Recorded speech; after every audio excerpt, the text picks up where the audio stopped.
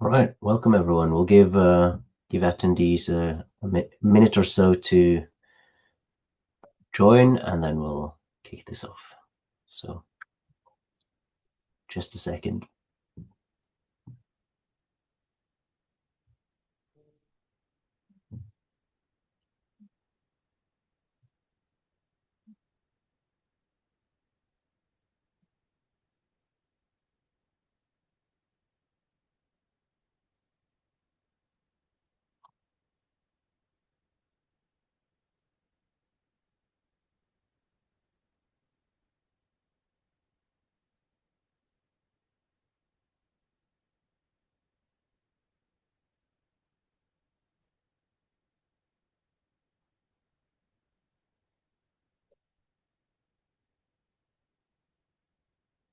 All right.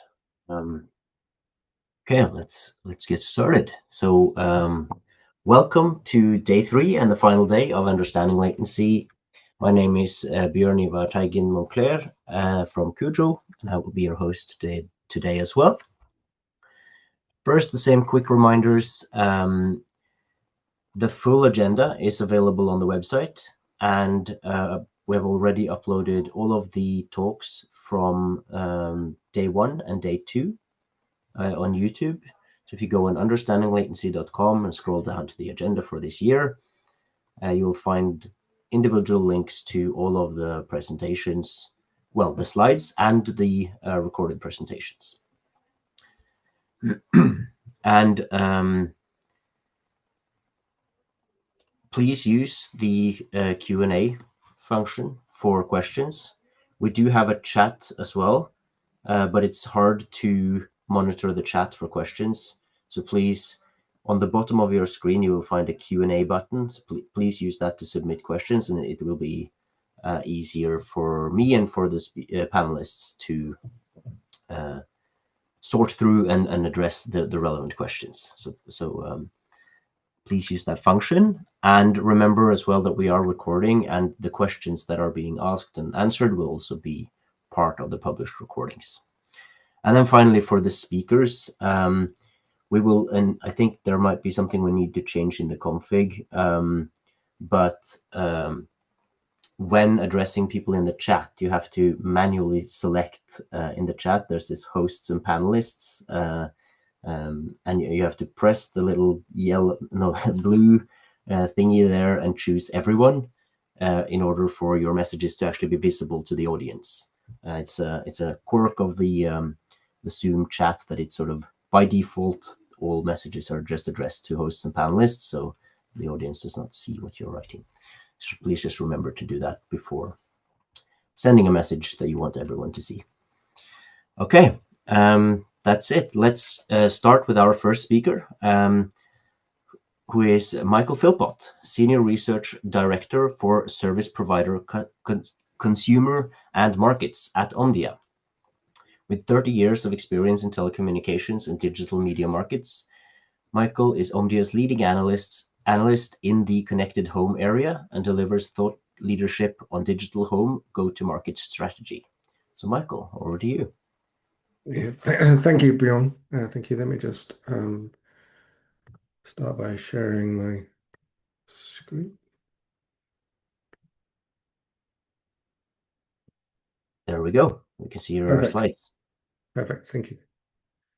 Great. Yeah, so my presentation today is more on the monetization strategy side. Focus mainly on, of course, on latency, although we've been latency is a wider part of quality experience we've been writing about for many years. In fact, we've had many conversations with Bjørn and his team on this topic at many events. In fact, I was looking through just by chance some kind of older reports, and I came across this, which is a trends to watch report, which is something that Omdia does about this time every year. And I kind of came across this old one, which is from 2015. So the trends to watch is basically what we see as the kind of upcoming trends for the next year, which is why it's got the 2016 title. But you can see that one of the key trends that we were pulling out there was this concept of moving towards quality experience, so moving away from speed. So that was kind of 10 years ago we were writing about this, and I think it's probably been one of the key topics of events such as Network X kind of ever since. And yet, as we look around the world, we can see that operators are still very much focused, not all of them, but a lot of them still very much focused on speed versus price when it comes to their broadband marketing and a product placement strategy. So before I started talking about can we monetize latency, I thought I'd step back a little bit and look at why operators continue to focus on speed. Because I think if we understand that, then we could start to look at how we advise them to move beyond that and kind of focus on other metrics such as latency. So when broadband services were first introduced, the focus, of course, was kind of on speed versus as price. And what that has meant is that as markets became more competitive and more mature, then speeds have grown exponentially, whereas actually ARPUs have remained relatively flat. Just as an example of that, just in the last 12 months alone, broadband speeds have increased by another 25%, and yet ARPU has only increased by 0.3%. So what that means is that in terms of revenue growth, service providers are heavily reliant on subscription growth. The more subscribers we add, the more revenues that you can get. So there's a clear correlation between subscription growth and revenue growth, and you can see that on the chart here, where I've plotted the service providers across 200 and so countries that Omdia tracks. And you can see that there's a clear correlation there. If you draw a trend line, you can see it kind of dissects the 0% mark, which means that basically as markets become saturated, as in the run out of subscribers to sell to, then revenues will basically stall if we don't do something about it. So what do operators do if they're in markets where subscription growth is stalling and the ARPU is flat? Well, they basically churn to focus on, they basically move to focus on churn, because basically that then at least keeps their EBITDA margins high. And when they look to focus on churn, what do they see? Oh, this comes from our digital consumer operator surveys, which surveys about 20,000 consumers across the globe, but 12,000 of them, or over 12,000 of them, are responsible for the broadband service. And we can see that when we ask them, and service providers get the same results when they do their own surveys about why consumers might churn, you can see that it's still very much number one is speed, and then number two is price. And you can see that doesn't really change from year to year. You can see the difference between 2024 survey and 2025 was almost exactly the same. So even though speeds have continued to grow, then consumers are still kind of churning because of speed. And even if you split that result by speed, and you can see that that result is pretty consistent. So even consumers, we on really high speeds will continue to kind of look to churn. And it kind of, why, in a way, why wouldn't they? Because if service providers just are kind of doubling down on marketing and speed versus price, and there's nothing really else to kind of keep consumers staying with that service provider, then of course they continue to look just for that slightly better speed or that slightly better price. So just continue to move from one service to the next. In fact, our survey data shows that the percentage of consumers that just double churn, so they'll churn 1 year and then immediately churn the next year when their contract runs out, is quite high. So it kind of just shows that really by focusing on churn and focusing on speed and price, it only kind of drives churn. It doesn't stop it, and it certainly doesn't drive growth. So the question is, can we shift away from speed to this idea of quality of experience? And does kind of latency fit into that? Is that one of the metrics that drive quality experience? And therefore, that's something that consumers might value. Again, our survey data shows that on its own, latency tends to come down quite low in our survey data. When we ask about what consumers value from their broadband service, you can see here it's not the top of the list, and kind of that's to be expected, because I guess most mass market consumers won't even really know what low latency means for them. However, what I would say is if you look at the top two, so a good Wi-Fi signal in every room and 100% reliable service, then you could certainly argue that latency is a part of that. If a consumer has a service that has a lot of latency, then they won't perceive it to be in a very reliable or consistent service. They might even then look to blame the Wi-Fi part of that as being, I'm getting a poor Wi-Fi part of the network. So you can certainly see that low latency is a part of the idea of having a good quality experience. So then the question becomes, so can telcos sell low latency? Can they actually monetize that? Just going back to this slide, I would probably argue that it's a difficult thing to do. It's a difficult thing to position from a marketing point of view, and that's because service providers have been advertising. We have the fastest network, we have the best network around. Come buy services from us. And so it's a difficult thing to market to say, well, we've been telling you we have the best network and we have the fastest network, but you're going to have to pay a little bit extra to make sure that it's a reliable and consistent one. And that's a difficult different kind of marketing message to get across. The Wi-Fi bit is a little bit different, and we'll come on to that in a later slide. But there could be kind of a bigger opportunity around that.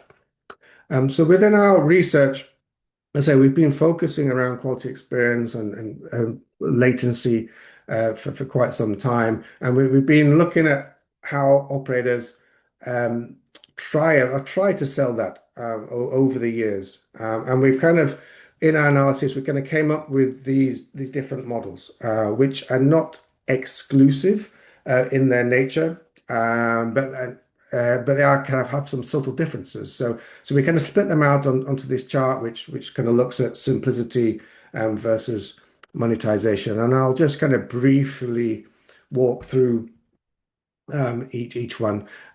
So we start at the bottom right-hand corner, and that's the default model. So basically, all broadband service providers get this idea of latency or application prioritization just as a way of maintaining that reliability and that consistency across the board. So it's a simple way of offering it. Monetization, of course, is low because this is very much that kind of that churn reduction strategy. The next one is the app model, where we just put those kind of features in the Wi-Fi app, and that allows the consumers to have a little bit more control. They can select which application or which device they want to prioritize. The monetization level is therefore a little bit higher because although you could provide that to all customers by default, at the same time, you could only offer those features to a certain select number of customers. So it does allow some kind of monetization if the operator wishes.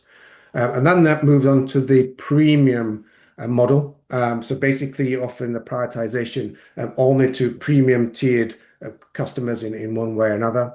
That leads on to a bundle model. So perhaps you can then start to bundle that topic broadband service with, say, media content like gaming content or gaming devices, etc. Being specifically popular in Asia, where the gaming community is quite big. Finally, you get the kind of, sorry, not finally, but then you get the upsell model, where you're basically trying to upsell latency on its own to all customers. So that opens up the monetization because all customers would be interested in that. I say that's a difficult thing to sell though. And then finally, you get this B2B2C model where you're not trying to sell it directly to the consumers at all, but to some other kind of entity in the market who then offers it down to their customers. In all our analysis, we track about 60 some service providers around the world in terms of how they're positioning their Wi-Fi. And what we see is the most popular today tends to be in this kind of the three in the bottom right-hand corner. I say the bundle model was successful, especially in Asia, but they've tended to move more towards this default model now. BT/EE was kind of perhaps the most famous around trying to push the upsell model, but they've moved into this premium model mode. We haven't yet seen a B2B2C experimentation going on in the market just yet, but there is an example on the mobile side with SolarStream and T-Mobile. So I've kind of listed it here. It's not a broadband example, but I kind of listed it in case someone was interested and I wanted to go and check that out. In terms of the model that Omdia is, I guess, most favors is this premium one. And that's because it fits in perhaps best with our strategy to move away from just this churn strategy into this kind of growth mode. And we don't have time to kind of go into that in much detail, but I just thought I'd show a quick example of what we mean by a kind of a more of a growth type strategy.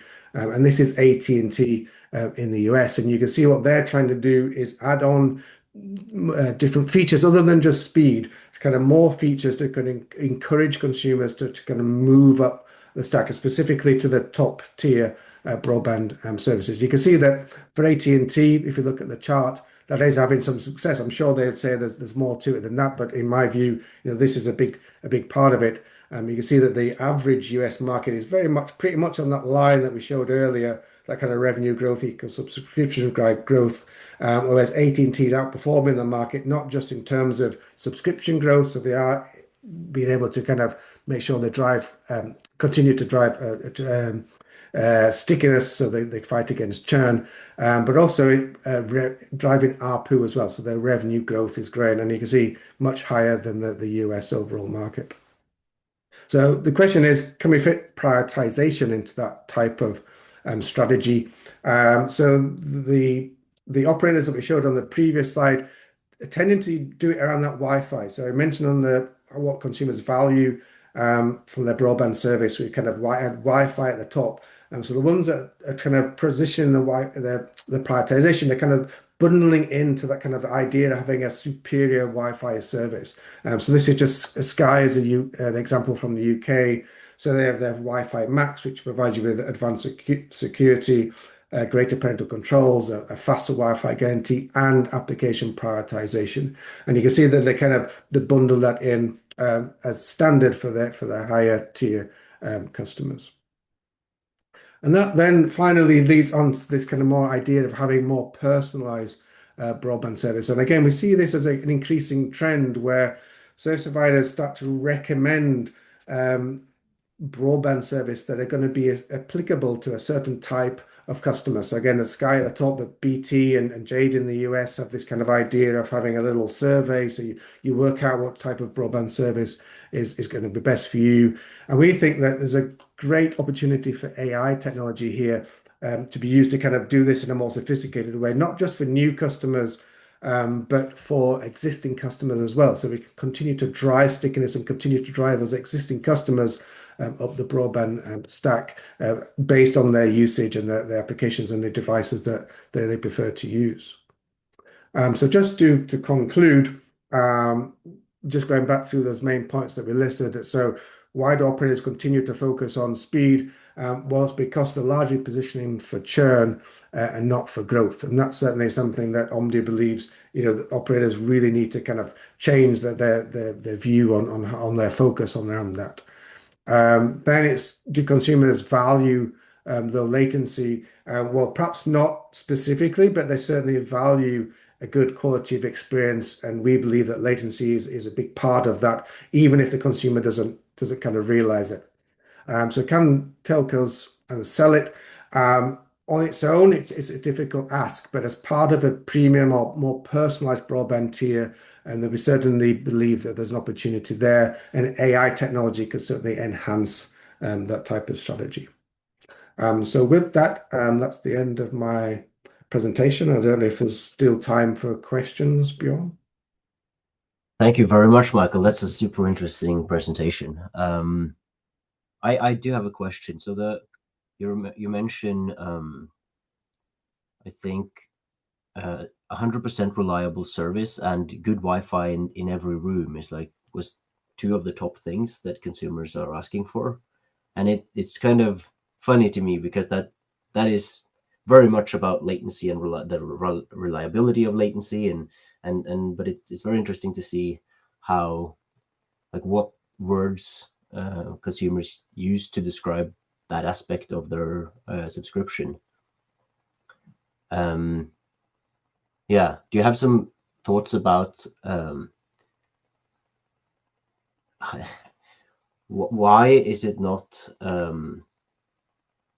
enough to sort of start branding this service in terms of those types of words? So why are service providers moving to these like bundling and premium tiers and things like that instead?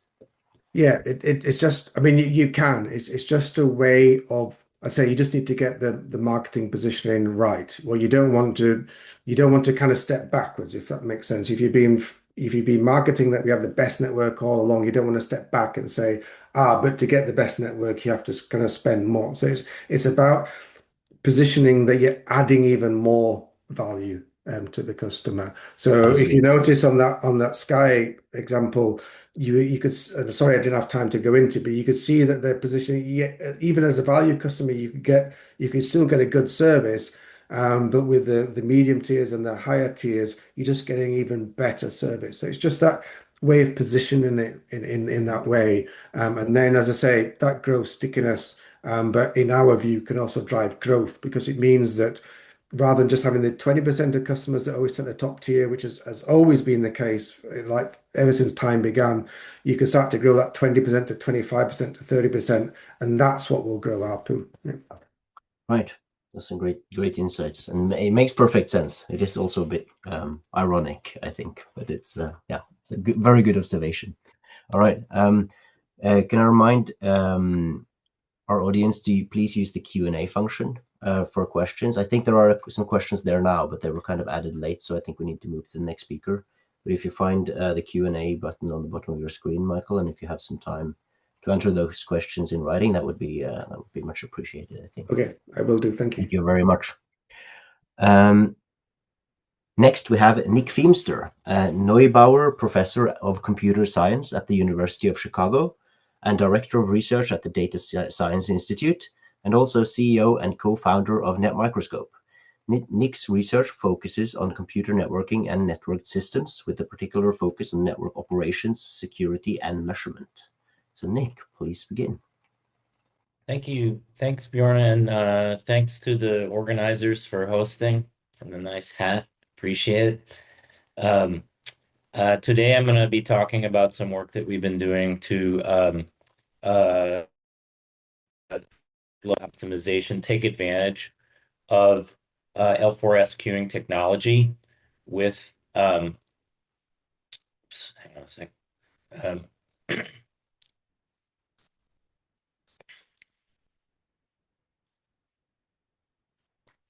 Yeah, there you can see it. Take advantage of the L4S queuing technology by doing per packet queue assignment predictions. Okay. This work was just accepted to the SIGCOMM 9s conference. And the key insight and the link there, which you have it, this is on arXiv. You can see a full paper that's published on this. So the key insight here is that we can do better than flow level queue selection by predicting latency at the packet level and doing per packet assignment in the queues. Okay, so the question that we focused on is, can we do per packet latency prediction? And if we could we use that ability to do per packet latency prediction to improve L4S queue selection? So as we know, L4S assigns packets to queues based on flow level marking, and all packets in a flow use the same queue, even though latency arises packet by packet.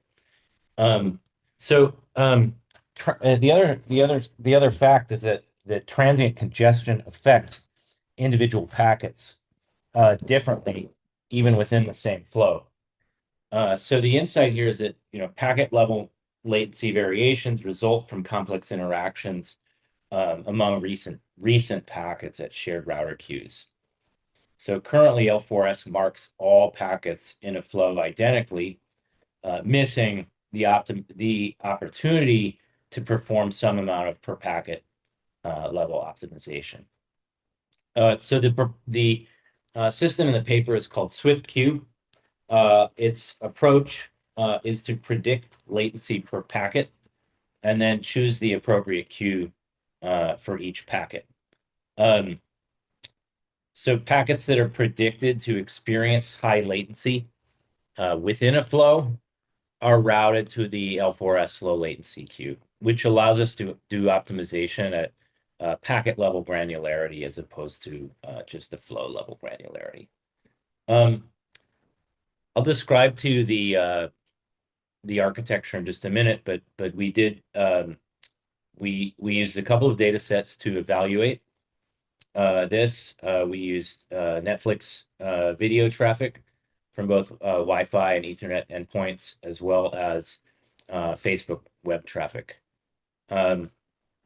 We trained a custom transformer model for this, a relatively small model, only 100,000 parameters, to do the per packet latency prediction. So it's notably quite small.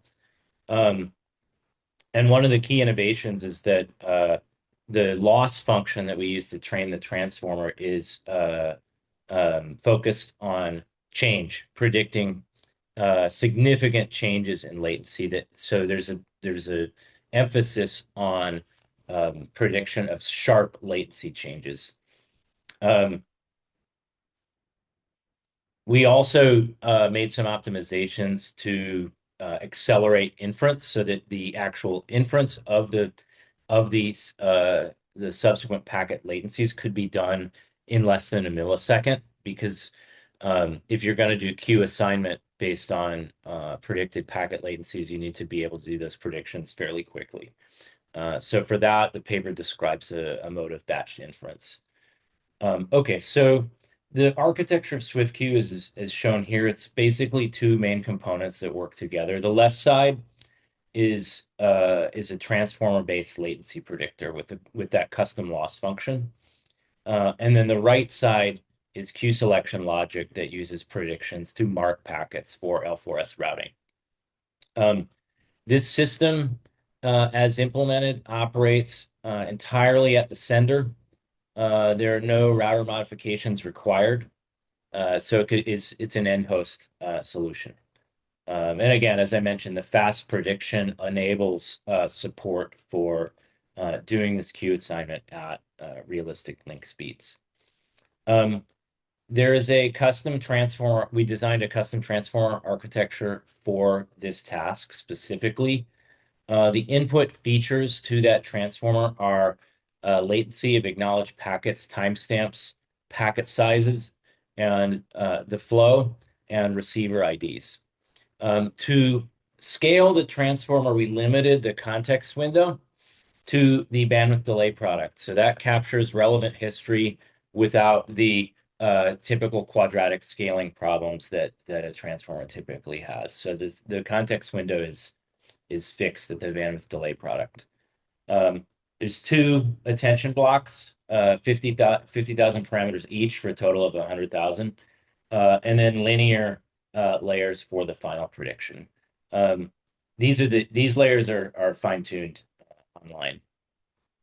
Okay, so why transformers? Actually, credit to this PhD student Siddhant, who came up with this architecture. I had the same question: why would you use a transformer? Well, one of the benefits of using a transformer is the ability to recognize these kinds of longer range dependencies. A drawback, of course, is the scaling approaches as the context window grows. So we size the context window, as I mentioned, to the bandwidth delay product to capture that relevant packet history that would be most relevant for the latency prediction. As I mentioned, it's only 100,000 parameters, so it's much smaller than typical transformer models that you may be using today or familiar with. The loss function is based on change detection. And in the fine tuning, we only update the linear layers, so it's much faster than updating or training an LSTM or standard other standard time series models. Hey, As I mentioned, Nick, sorry to jump in, but I notice you have 8 slides left and only 5 minutes, so maybe you need to go a bit faster. Just yeah, I'll be heads up. done. I'll Thank be you. done. These go quickly. So there's fast prediction via via batching, as I mentioned. Yeah, I just have basically results left, so that will go quickly.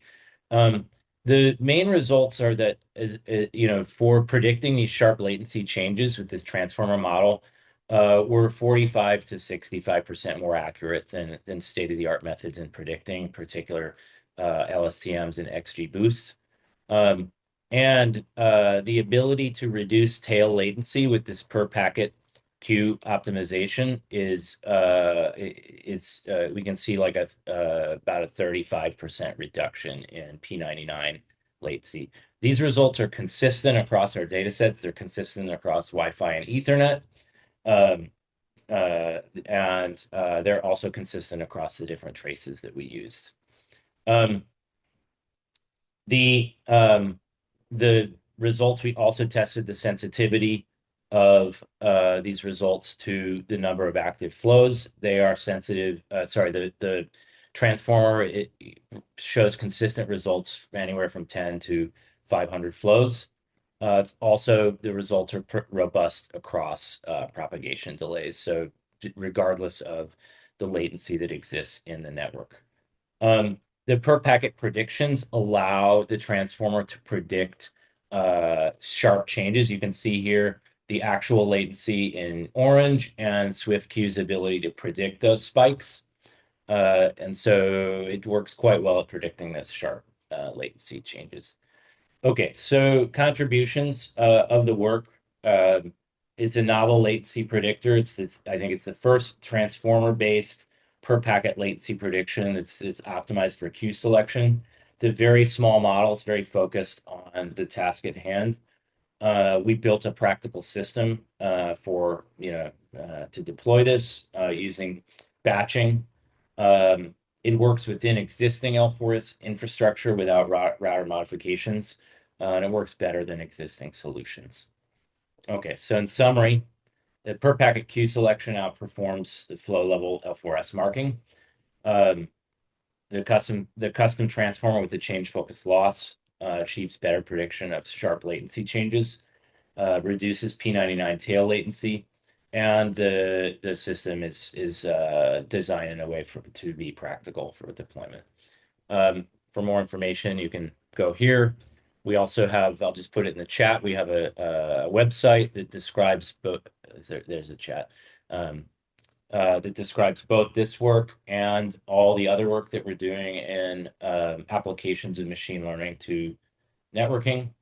It's netml.io. It's in the chat. So I encourage you to go there and see all the other things that we're doing with applications of AI and ML to networking.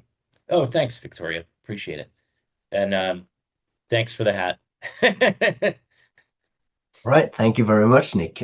We do have a few questions in the Q&A tool. I think some of them are along the same lines, so I'm going to try to summarize them a little bit here. The first one is, will this solution run into issues with out-of-order delivery because the different packets, like back-to-back, can go into different queues? Is that an issue, and have you looked at that? Potentially it could. I think there's certainly the possibility of that. I think it's also worth noting that out-of-order delivery occurs on a fairly regular basis due to other things in the network, including load balancers and other things that introduce variable latency on packets. So modern applications and transport protocols are fairly equipped to deal with that. But I think the possibility for out-of-order arrival at the receiver is quite possible. We didn't look specifically at that. We did look at end-to-end performance, and I did report those numbers. All right. Yeah. Yeah, Yeah, I think the comment in the Q&A is really apt on that, right? Quick streams is just one example of how receivers are pretty equipped to deal with out-of-order at this point. Yep. And the other question is along the lines of, like, these different queues for L4S have different ways of marking packets, and so I guess at the sender you would have to know which packet went where and adjust to markings accordingly. Have you looked into that issue? All right, I see the question. Can you clarify it a little bit? I'm not sure that I'm quite understanding. Like the one queue will apply markings according to accuracy-n, right? And then the other will apply markings as instead of losing packets, right? So it's okay. It's different rates of So like markings based one is on the related to congestion. ECN, the other is related to drop. Is that what you're saying? Yes. Yeah, so that's I mean, I guess that's a question of implementation. I think yeah, you're probably right about that. I mean, I think we're not sort of accounting for the fact that the different queues might have different drop behavior, respond differently to the markings. So that would be something to consider. All right. That's a really good question, and yeah, I'd love to follow. I see the question from Sebastian there, so I'd love to follow up a little bit more on that. Cool. All right. Very good. Thank you again, Nick. Thank you for the invitation and opportunity to present. Really appreciate it. Of course. Next is Kerry Baker, who leads Ookla's research and content efforts in North America. Kerry has 20 plus years in the telecom industry, primarily at T-Mobile, studying network performance benchmarking and customer experience, and also has founder experience with multiple technology startups. So Kerry, welcome. Great. Thank you, Bjørn. Thank you to CUJO for inviting us to this year. And this might be a little bit different from what's gone on before, but yeah, again, Kerry Baker from Ookla, happy to be here. Ookla, of course, has the namesake speed test, is part of our properties, along with the down detector that does outage detection, service monitoring, Ekahau for Wi-Fi optimization, and root metrics, which does our controlled drive test. I'll stay out of the marketing conversation a little bit here, but just to include some of those stats in the slides you can review later or go to the Ookla website. But as the title of my presentation talks about, I'm here to talk about real-world satellite latencies. And I think many of you probably have the speed test app on your devices. I was sad to learn earlier in the presentations the other day from Jason Livingood at Comcast that apparently speed is dead. Long live speed. But also Stuart from Apple kindly pointed out that latency is on the speed test app as well. So maybe we have latency test as the new name. But I think many of you are familiar with the application measuring many things around ping and upload speed, download latency, upload latency, and things like that. We test to gaming servers, we test idle, we test loaded, lots of things like that. In fact, if you wanted to go out to our methodology page, you'll find all kinds of different latencies that we test to and can explore. And we're going to explore some of those here, looking at real-world satellite latency. And of course, Starlink will be highly featured in this. And if you go to Starlink's webpage, you can look at their performance metrics. They display them, download speeds, upload speeds at the 20th and 80th percentile. And of course, latency, our conversation here. And what I've done is grab for Washington State. I wanted to examine what they put out there on their website versus what we can see with our speed test latency data. And I pick Washington State because that's where I reside, and it's also the headquarters of Ookla. And you can see that their latency around 24 to 29 milliseconds in that band of 20th to 80th percentile, that middle 60%. That's pretty good, I think. So I grabbed some of our own data. This is a little bit of proprietary data. So you're seeing work in progress. This isn't polished marketing slide necessarily, but you can see that light green middle band there is that same 24 to 29 latency range that was presented on the Starlink page. And you can see it's like, this is pretty good latency. And the green is the next few milliseconds faster. And if you're not familiar with the state of Washington, and can't assume people in the world are, that green corridor is our interstate highway. And from Everett down to Olympia, and you see the speed test logo there. That's where the most population is. And so, of course, you're going to get more samples and there's more facilities near there. The middle kind of green that goes across the slide there is interesting. We'll see some more on that later, but there's a major river that provides cheap hydroelectric and many data centers are located out there. So there's connectivity or interconnect and many POPs out there. And then the red over in Spokane area is less populated, but those reds aren't that bad. I clicked in on a few of them, and even some of those millisecond latencies are still like 40 milliseconds. And then, of course, there's a long tail out there. But for the most part, it's really interesting to see how the Starlink data lines up with our data, and it's great that data agree with one another. And then one other point to make about this, and what I said earlier about the data centers, grabbing a screenshot of a satellite map.space to give credit where it's from, and you can pick up where the ground stations are, so the points of presence. And you can see how the ground station density makes a difference in the latency that we see in those real world performances as well. So again, just great to line up the data. What I'm going to go through now is a series of slides related to content that we produced this year on satellite latencies through some of my colleagues and some of my own research. All of these subsequent slides will be there. The research articles are available on Ookla, so if you want to go out and dig into, of course, please do. My colleague Sumerica produced a report on U.S. satellite, specifically focusing on Starlink earlier on, and I've pulled out the latency information because that's what we're talking about here. And no surprise, a GEO satellite HughesNet is going to see a different latency performance than we see with the Starlink. I think we all know where this is going with the LEO versus GEO, and we see these trends across the industry moving through. And then Sue dug in a little bit deeper, adding the Viasat on there as well, another GEO.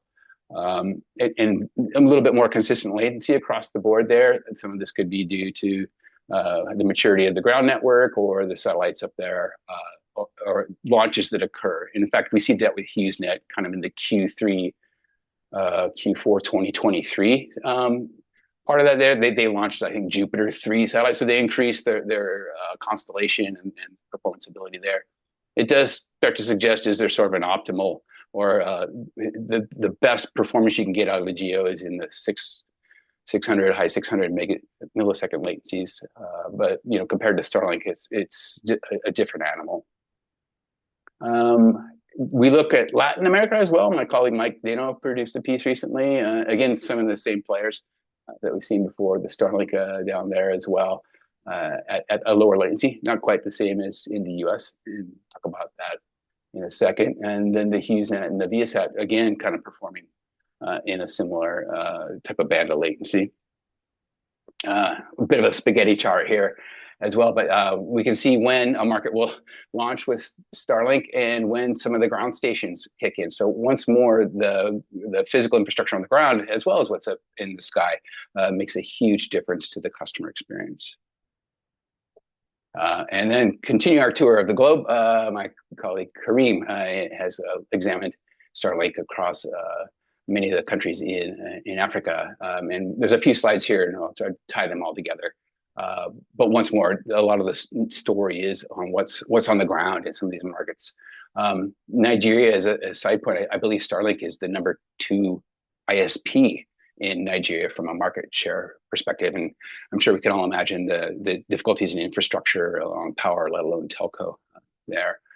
And then, but there is apparently a good focus on the market space from Starlink's perspective, and this is just from Q4 of 24 to Q1 of this year 25, and you can see the improvement in the latencies that they've had. So there's clearly investment or lighting up of ground stations or both, more satellites going up along as well, helping with that. But then, okay, if we take the orange here, it's going to turn into the gray here real quick, and just flipping over to some more countries.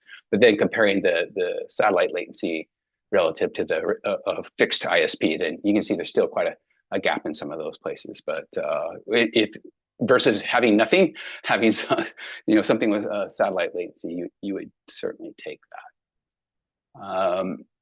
Okay, we're going to jump into a little closer to the satellites now. This is a piece I did earlier on this year around in-flight Wi-Fi was the background of the performance here. And the data, it just fell out where you can see who's GEO and who's LEO in who their ISP providers are. And so I've kind of highlighted a couple of the top ones here: Qatar and Hawaiian. Hawaiian's owned or partnered with Alaska Airlines, and just the other day in the Seattle Times, where I'm from, Alaska talked about moving over to Starlink for its systems, and we're seeing a lot more of that. I can't wait to refresh this piece because were many airlines who were making these changes and switches over because I think they see the in-flight customer experience as service differentiation and a way to provide loyalty to their client base. JetBlue down there at the bottom of my call out there, I know they're going to be picking up Amazon Leo is who their provider is going to be. So excited to see more competition coming in to this space here.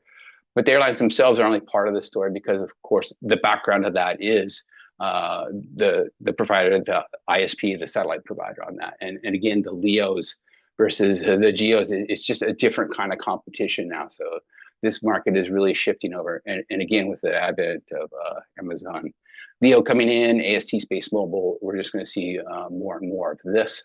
Looking forward to covering it. I also covered cruise lines. Cruise lines, interestingly, actually, I'm going to flip back a slide here. If we look at the SpaceX Starlink latencies across the top there, a number of the small, I'll show on the next slide, 44 and 142. Those map to the very bottom of this slide as well. So you see the 31, 44, and 142 milliseconds of latency across the P10 median and P90 versus the cruise line Starlink. This is all Starlink data, speeds as well included.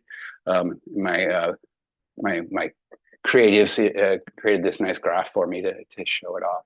But it's interesting to see the cruise lines, I believe, will carry different service tiers. So they'll still use GEO for a certain service tier, as well as other like backup and redundancy and other communications versus an airline.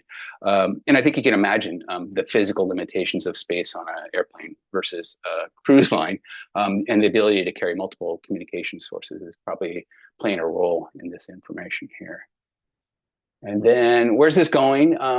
Again, my colleague Mike had done a recent report. As we know, T-Mobile's aggressive with Starlink and T-Satellite, and they've got a D2D service. And D2D is so far more messaging or light communications. This isn't about running speed tests or anything like that, but we are starting to see the D2D show up a bit more. And so we're starting to track that a little bit. And so to kind of bring it back home, I zoom into the first map I showed earlier on in the state of Washington and around Mount Rainier National Park. And we see the D2D working. It's picking up on these roads, freeways that are quite remote, lots of trees, valleys, but you see where this satellite service is coming into its own more and more. So again, those are the real world latencies that we're seeing. I think besides the D2D trends, again, more competitive that I've talked about already. And we've only mentioned this a little bit. I think AI has been undermentioned in this conference so far, but as voice becomes more of an interface with AIs, I think that the latency will be a key part of that as well. So we'll be, those are the trends I'm looking forward to tracking in 2026. And that's, I think I've left some time for Q&A. All right. Thank you very much, Kerry. I love to see the slides full of numbers. That's really cool. I have some questions. These latency numbers for Starlink, I think one of the questions I see several times in the chat and in the Q&A here is what is this median multi-server latency? Can you talk a bit more about what that number actually is? Yes, and of course, I think math people know you pick a median when you have something with a zero and a long tail, because otherwise your average can get dragged out. So that's the median part of it. But also there's a methodology where we test to multiple servers and multiple times too, and take the average of those 10 tests to create. So there's a complex way of saying content can come from many different servers, not just your primary server. So that's a way to make it more of a real world test. We can certainly do the minimum server times or to a specific content server, gaming server. There's different ways to do that. That's the one we choose to kind of represent the most likely real world experience. But again, you can focus in on different things. Yeah, it makes sense. And then also, is it like the P90, P10 numbers and stuff like that? Are those latency under load numbers, like while running a speed test, or is Yeah, it so the that would be out of the idle same ones? the multi-server latency, just grabbing the P10 or the P90 off of that. So if the median is the 50, then the 10 and the 90, are out of that same data set. And yeah, I see the comment about P10 and P. Yeah, they flip. Like if you're talking about speed, P90 is like the good stuff, and P90. So you have to say like best latency or worst latency, I guess, Yeah, to make sure we're not confusing when we just use the P10 and P90. yeah, makes sense. So just to dig into that a little bit more, is the P90 because it's from your data set, of which a lot of the data is under load, either upload or download. So unless you like segmented it and looked only at the idle measurements, these numbers would include loaded latency as well. Yes, they do. Or like They working can include. latency. Working latency Yeah, storage. this is a working latency, but we do also collect a loaded latency because when we're running the speed test, it's sort of like saturate the connection, saturate the channel, fill the pipe. So in the background then, but when you run that speed test, you'll see the latencies kicking in first before we do the deliver the data that we did in the background test the loaded latency piece of that. So there's different collections that happen along through the test. Yeah, makes sense.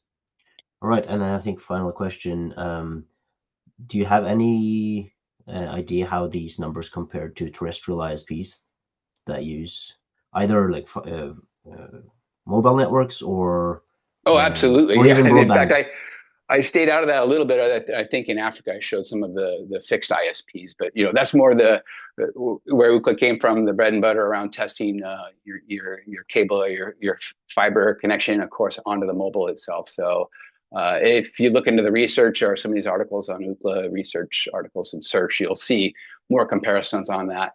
I was just trying to stick with the sexy satellite conversation for this part, but we've got lots more of that. So yeah, happy to point people to that if we need. Interesting, because I've heard other people say that Starlink's latencies rival those of terrestrial ISPs, at least those that haven't taken an effort to reduce buffer bloat in their networks. So maybe you have some data on that. Yeah, next year we'll bring me more. Yeah. Very, very good. Yeah. Thanks again. Okay, all right. Thank you. Next up is Alexandru Ciinaru, product manager for Network as a Service at Orange LiveNet. Alexandru is responsible for product innovation and business growth by bridging technical expertise and strategic development in the network API domain. At Orange, spanning telco APIs, cloud-native service delivery at Orange Business, and 5G edge computing projects where he's led cross-functional teams to design, implement, and launch scalable solutions. So, Alexandru, over to you. Hi, Bjørn. Thanks for the introduction. Also, thanks for describing the let's say what I do at Orange. I'll share my screen. I hope I can get some feedback if it's working, and then I'll get started. I see your slides now. Okay, perfect. Thanks for inviting me. So I will not have any more numbers because I think you have had some numbers so far. So I'll just give you a brief introduction on differentiated quality, on how do we approach let's say providing differentiated quality to our customers from a service provider perspective, from Orange perspective. And also on how do we make a product out of that, and where does latency actually fit in all of this? So maybe I can just start by saying that obviously connectivity is everywhere. We are all connected, even if we're from just a regular user. Also, if you're a company, but from our understanding, and obviously this is something that we have done since quite a long time, customers really want us to deliver them like the right experience at the right time with the right quality of data. So that means that we, as a service provider, need to adapt to the needs of different applications. And we can talk about mobile applications. we can talk about enterprise applications, but at the end of the day is about us adapting to the needs of our customers. And in this space, there's some place for a new, let's say, technology. I would not say it's new because we've been talking about network APIs, and I will try to kind of, just make sure everyone is on the same page on the network APIs. So they're just APIs, but they're coming from the network, and they just bring this extra value to different applications that want more, let's say, information. Also, they want the network to adapt to different needs, and it's also real time, so they can communicate with different types of networks on demand. And just because it's also a newer subject, also in the, let's say, in the telecom space, service providers also kind of have to adapt. So I'll just try to kind of go through the challenges that we have as well, but also kind of seeing also the opportunities. So from Orange perspective is also a new business. So that means we also need a new business unit. So that's what we have created. I'm part of the new business unit called Orange LiveNet that is tackling creating this extra value through network APIs. You also need, it's a new ecosystem. You want scale. You want all different customers from different parts of the world to get access to this. So it's all about standardization. It's about getting the same specifications of the APIs as well. So you need definitely new vessels and new players that can get this scale. And at the same time, I think it's also kind of a new approach because it's something that can really transform the way we work at the service provider. We know that we're kind of slow sometimes when we have to put something in the network, and sometimes the time to market is slow. So we need to adapt to that if we want to capture some of the value and also provide this value to our customers. And I think the most important part is because it's an ecosystem that is slowly growing, but it's still its infancy. I think the most important is about partnerships and how do we prove through these partnerships that we can bring value to our customers. And let's talk about the value proposition around, let's say, the network API. So I'm leading the product line around network as a service. So we want the network or different types of networks to be consumed just as the cloud is being consumed. You ask, and then we respond, and we provide you with that information instantly. And how do we try to do that? So we have different applications from different ecosystems that traditionally have only been over the top. That's why we have the concept of OTT. But in this world where we have customers that have multiple types of connectivity, there needs to be a way of bridging this gap between applications from the customers and also the underlying layer. It can be different public networks. It can be also a private network. It can be even computing instances, and also, as was presented just before, even satellite services. So what we propose at Orange is a way of adapting ourselves to the needs of these applications by providing a real platform where we try to add as many capabilities as we can. So these capabilities really range from, let's say, from location services that can be less accurate, but also it can have more precision to it. We talk about differentiated quality, and we're going to get into that in a bit because actually it's the let's say the topic of this of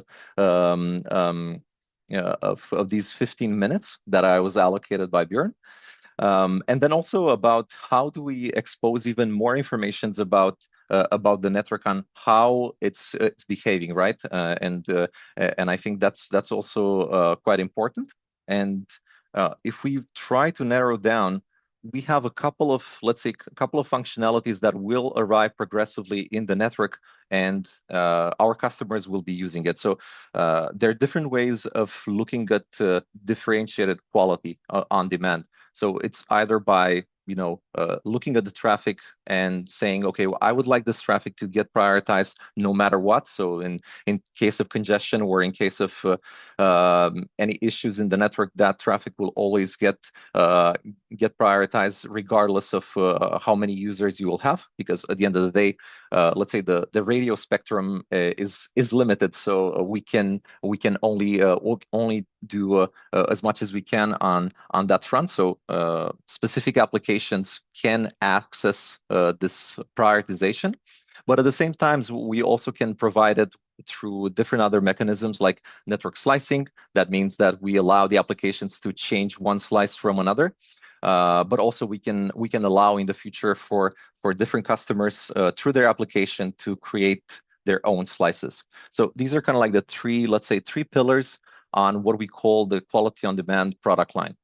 And maybe if we go into a more, let's say, more complex slide, and I will try to break it down for everyone to understand. So when we look at the market, different customers come with different needs. So there's never a one size fits all when it comes to the space of ensuring that one application is best served.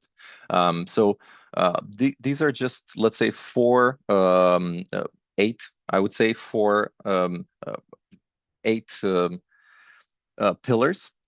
And in this space, we have different needs. They also come with, let's say, with different mobility issues. Also, some require more transactions and some require less transactions.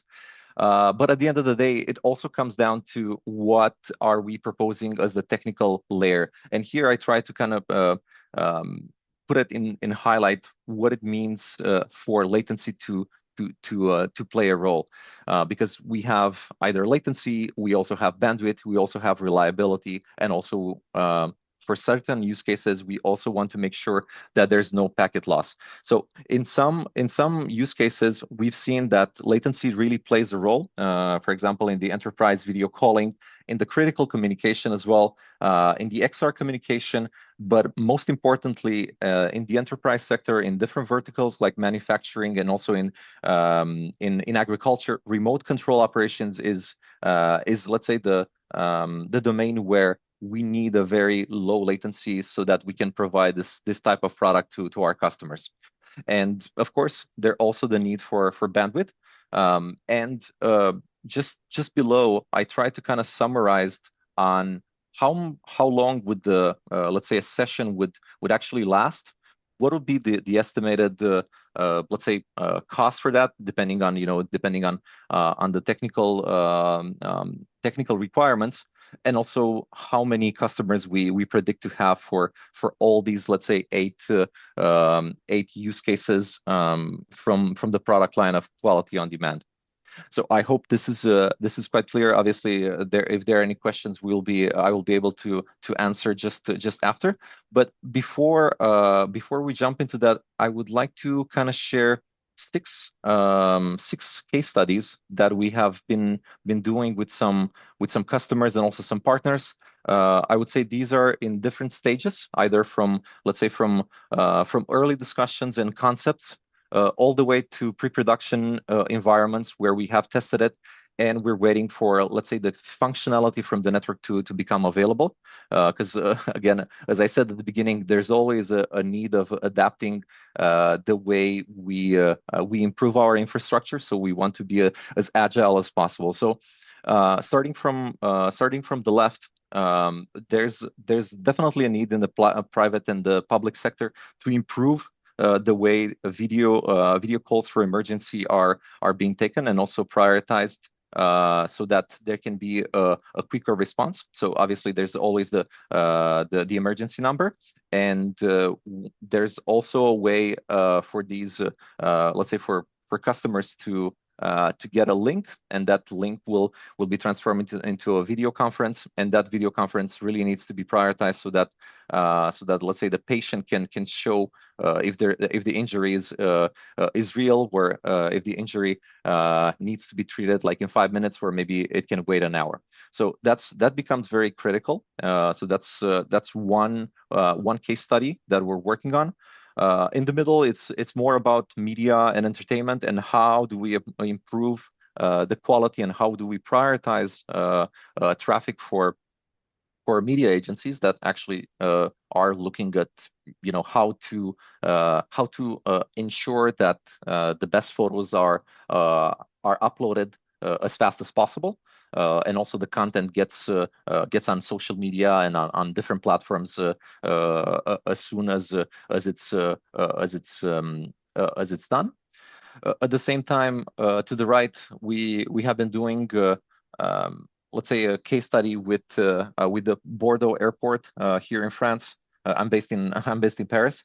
With three partners about how do we improve the security and the surveillance of an airport by using quality on demand, and how the video surveillance can benefit from that. So this is one use case in the transportation and the airport industry. And then the last three that I wanted to share with you. First of all, one to the left is about how do we improve the audio conferencing in a train, in a high speed train that we have here in France. We call it TGV, train de grande vitesse. So how do we prioritize that audio traffic? So here there's the latency that we need to solve.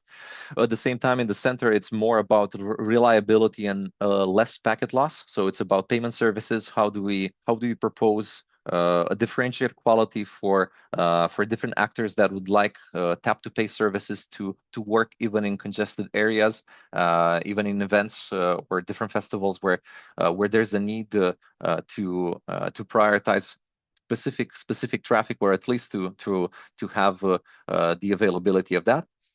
And then to the right, we have another case study that we have done with some partners around how to improve the security and the safety of the workers on an industrial site by using quality on demand around video surveillance. It's kind of linked to the, let's say, to the use case that I was sharing just before on the airport, but it's more about the worker safety rather than the safety of the airport itself.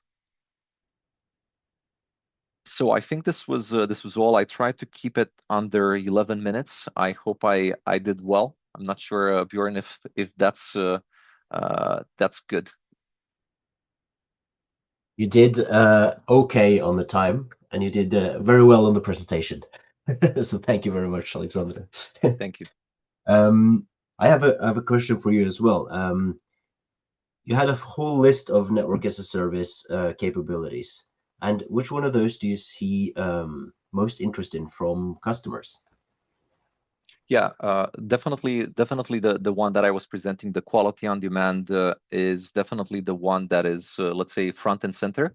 However, the way I see it and the way I kind of presented in that agnostic layer is that combining different capabilities along with quality on demand, we can propose a real differentiated service to our customers. So we can think about, for example, a geo-restricted quality on demand that only applies to one geographic area. Once you are out of that geographic area, you were not allowed to get that quality on demand. So I would say just by mixing all of these, you would get to the customer with a real business case. All right, that makes a lot of sense. We also have another question. So, DJ Lal is asking, does a customer need to send a 5QI identifier in a network as a service API call for slicing quality on demand? I'm assuming this 5QI thing is something you know what is. I do not. No worries.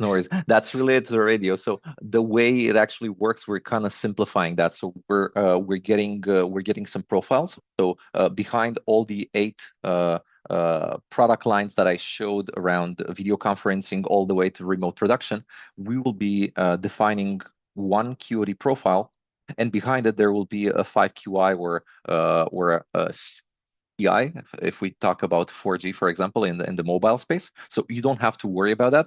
Specifications for the APIs are actually quite simple because the goal here is to simplifying it and not make it too networky.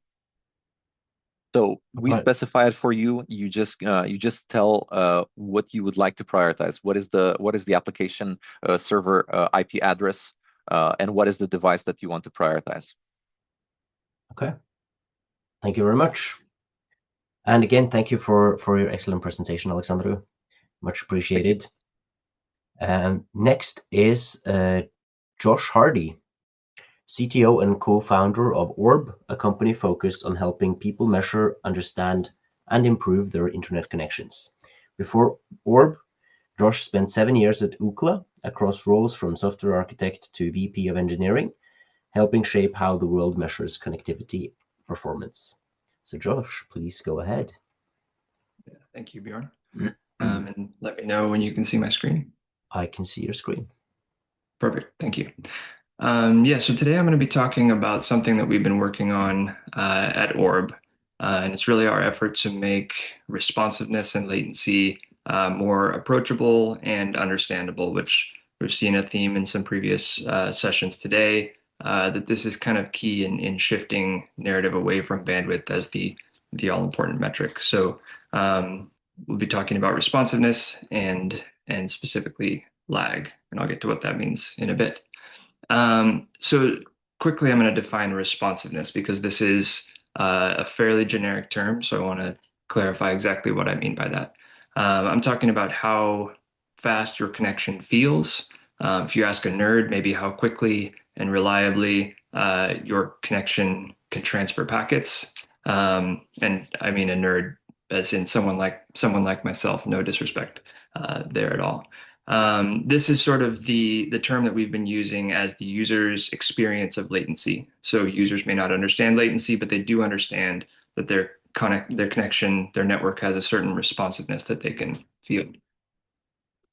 And responsiveness matters a lot. I actually originally intended to do a little lab experiment here where I was going to show the impacts of bandwidth on web browsing and how it really has diminishing rates of return after 10 megabits per second or so, and then show the impacts of latency and how extreme and how immediate you feel the impacts of latency. I actually decided to remove that portion because this has been covered quite a bit. I have just a few quotes from previous sessions here. Bandwidth is dead. The future is low latency. So the industry has kind of moved on from this, I would say. Most of the folks in this session are probably pretty aware that bandwidth is not the best determinant of user experience across use cases. And latency is a very good thing to focus on and really does align well with most user experiences. But as we also saw in previous sessions, not everyone has exactly moved on. The industry has, but mainstream hasn't necessarily. And I think we have a bit of a mind share problem. This is another quote from previous session. Why is the network industry so stuck on an obsolete metric? I would argue part of the reason for this is that bandwidth is easy. So consumers have a very easy time understanding that more bandwidth, more better, gauge goes to the right, that's good. And that's good, but also, as we know, they're focusing on one particular aspect that's easy to understand and ignoring potentially things that might be impacting their experience a lot more. So I think the inherent challenge that we've been looking to address at Orb is responsiveness is not necessarily easy to understand. You have latency, jitter, and packet loss. And most folks will kind of ignore jitter and packet loss and speak just about latency, which can be beneficial, but it can also lose trust quickly because if you're telling someone that their latency is good, but their experience is very poor, they're not going to believe the latency as a good metric. And we all know that jitter and packet loss can impact your experience in a big way. And latency will not necessarily be impacted, but you will feel. So we don't want to lose that trust. We want users to understand the combined impacts of these three aspects of responsiveness. And the challenge here is that combining those is very hard. Even for folks in this room, I would argue, these are difficult questions to answer. So is 5 milliseconds of latency and 5% loss better than 40 milliseconds of latency with no loss? What about 5 milliseconds and 10% loss? Is that better or worse than 40 milliseconds and no loss? There are clearly a lot of variables here, and these are hard questions. So let's do a quick experiment. I actually set this up before where I have a local copy of the orb.net website, a local web server, and it's traffic flowing through a traffic shaper that I can control. So I can simulate these conditions, and we will see how the website performs. We're going to look at LCP, the largest contentful paint, as a proxy for the user experience render time. And we're going to say that that's a pretty good estimation of a sort of web browsing experience in these conditions. Okay, so I did this beforehand, and I loaded the page 5 times, and we're going to look at the median. You can see all the results here. So with 5 milliseconds of latency and 5% loss, we see just over half a second to load the orb.net web page. That's the median. Of course, you see a little bit of variance with loss. It won't be totally predictable, but you can see about a half a second. Render time is pretty common. Now let's look at 40 milliseconds with no loss. See, it's a lot more predictable. There's a lot less variance without the loss, but it's still just over a second. And now let's look at 5 milliseconds with 10% loss. We see a lot more variance from the loss that will hit flows in different ways, but our median here is over 2 seconds. So with that information, we can make some statements about this. We can say that 5 milliseconds with 5% of loss is better than 40 milliseconds with no loss, and that 5 milliseconds with 10% loss is worse than 40 milliseconds with no loss. And that's even giving ourselves a pass on some assumptions that we made here. We were talking specifically about web browsing experience. Different applications or use cases will have different experiences under these conditions. We're also assuming the protocol that was being used, and we're assuming that loss happened in a certain way. So my link conditioner was spreading loss relatively predictably over time in a way that may or may not always happen. Loss doesn't always happen in the same way. Okay, so that was pretty complicated, and we believe that responsiveness needs an easier metric to make it understandable and approachable. So we've introduced the term lag at Orb to capture this aspect, and this is a metric that will tell you the combined impacts of latency, jitter, and packet loss on your network.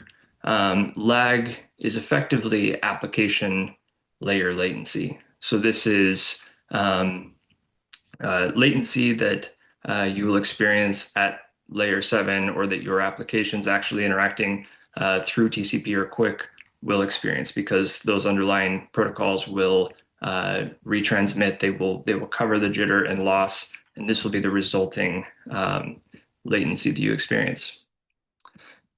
So let's revisit those conditions. I actually had Orb running through the same traffic shaper to the same destination while I was running those conditions. And we can see what the measured lag is from those conditions. So with 5 milliseconds of loss, 5 milliseconds of latency, 5% loss, you can see that Orb picked up the 5 millisecond latency, picked up about 5% loss, and then our average lag over this minute was 21 milliseconds. And you can see in the chart above there's some variance. We expect this. We saw that in the web browsing experience too. It's not totally consistent with that loss in the mix. Now let's look at 40 milliseconds with no loss. So this is going to be very flat. There's not a lot of variance here. You can see latency, no loss, and lag all show about the same thing, right around 40 milliseconds. And this is really back to the way people want to think about and talk about latency, is that loss and jitter don't exist. So this is that case where loss and jitter don't really exist, and lag and latency are effectively the same thing. But now let's go back to a lossy scenario. So we've got 5 milliseconds with 10% loss. You can see there's more variance, bigger spikes throughout this minute. We can see still that latency is 5% and loss is around 10%. And we can see that the average lag is 52 milliseconds. So with this, we can greatly simplify the statements from before. We can say 21 milliseconds is better than 41 milliseconds. 52 milliseconds is worse than 41 milliseconds.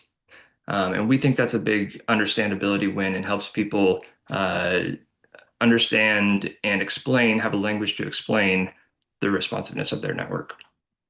So we still have the use case caveat that I mentioned before.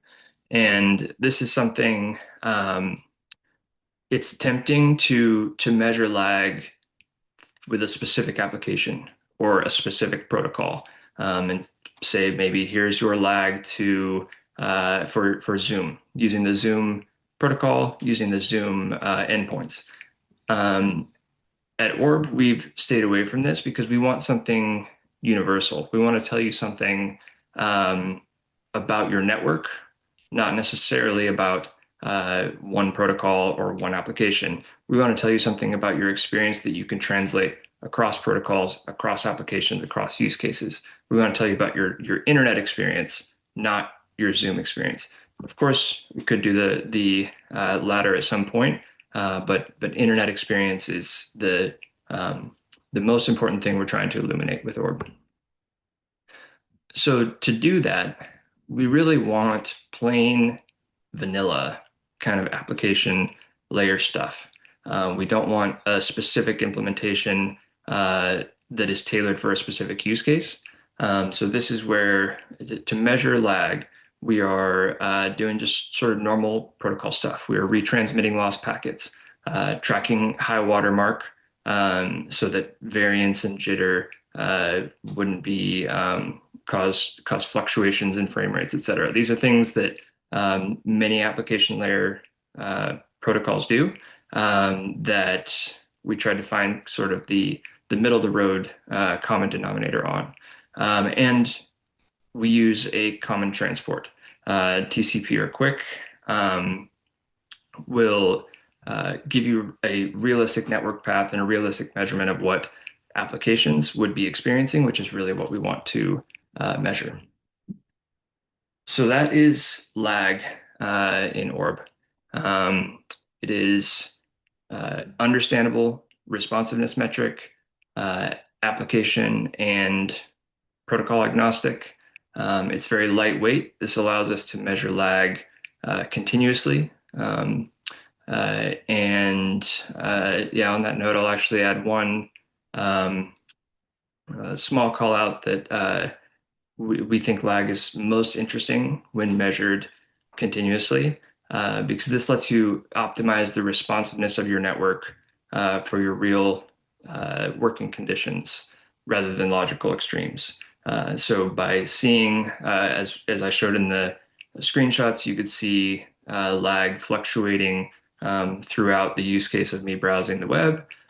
You can see it on your network while your kids are playing Roblox, while you're taking video calls during the workday, et cetera, and start to understand if and where you have responsiveness issues with your real working conditions in your home, rather than sort of the logical extremes. Of course, you still can test the logical extremes. You can push full network saturation and see what that does to your lag measurements. But it sort of decouples and allows you to see the lag and responsiveness of your network under whatever working conditions you want to drive.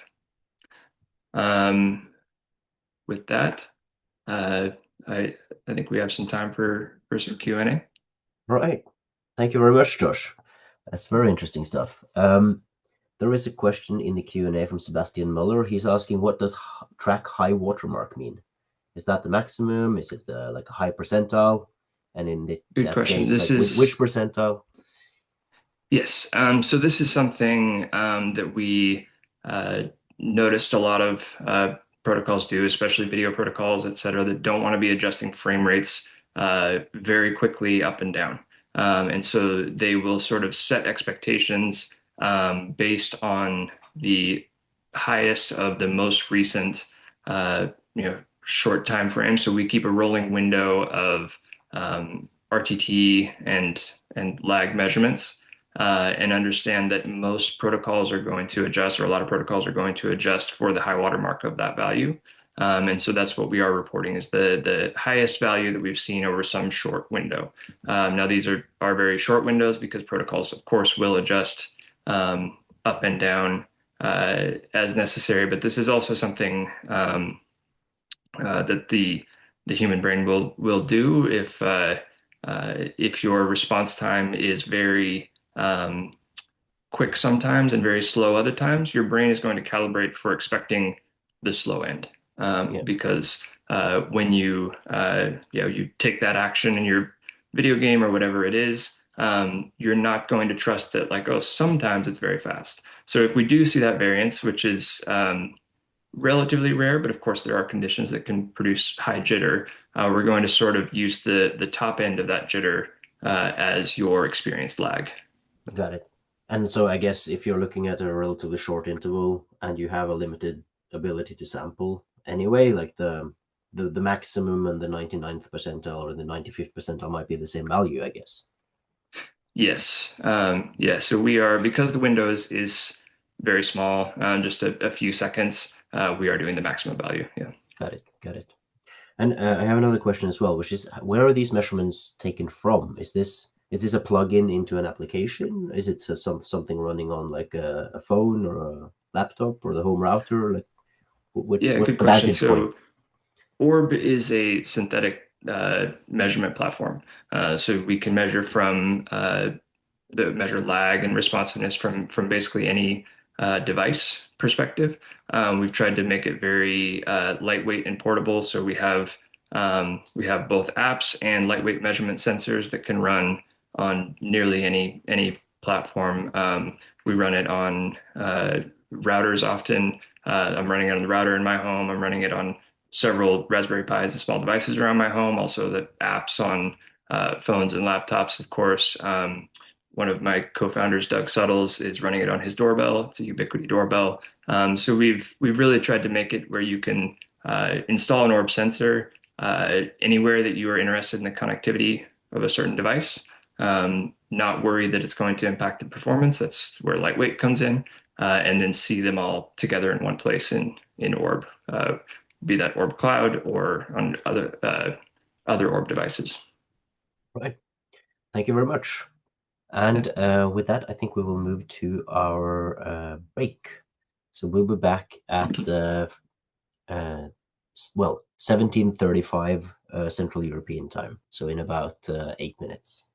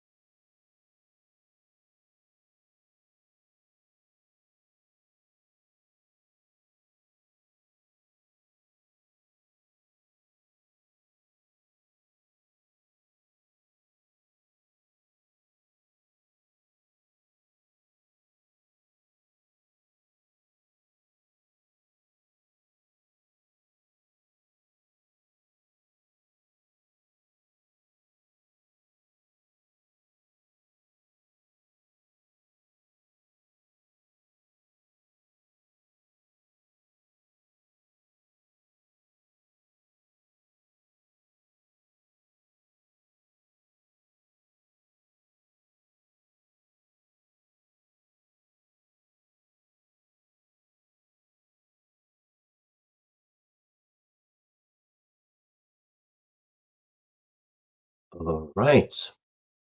And we are back. Next is Magnus Olden, Senior Vice President of Innovation and Industry Strategy at CUJO AI. Magnus will talk about quality of outcome, QoO, and how we can think about latency in terms of what humans actually perceive and care about. So Magnus, over to you. Thank you very much. Can you hear me well? I can. Okay. Sorry, I'm just having some issues sharing. 2 seconds. Apologies for this. I'll be right back. All right. I will entertain you while Magnus is reconnecting, I guess.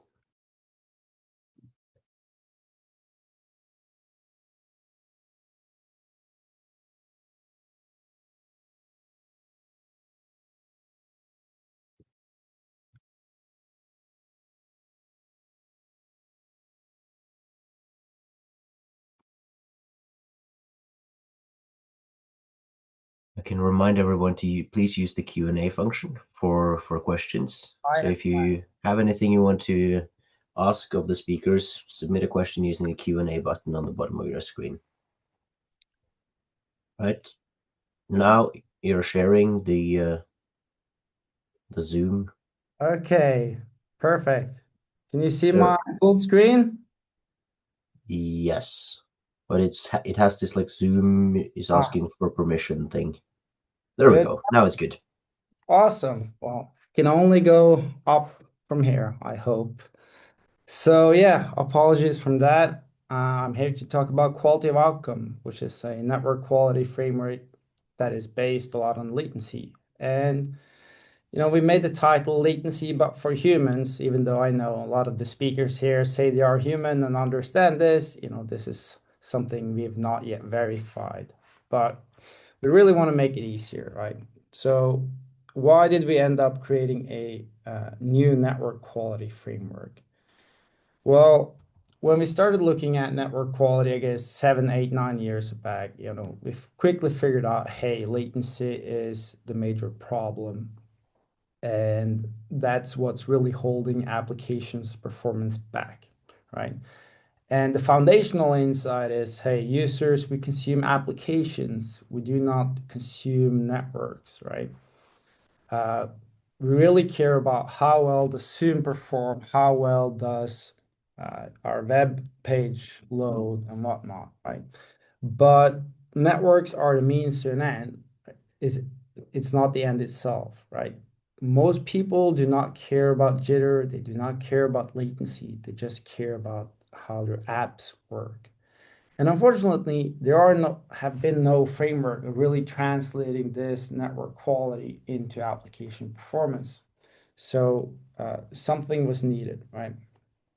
And why? Let me go a bit deeper into why we need this, because I think it's been a theme throughout this event is that users really do not understand what they need, right?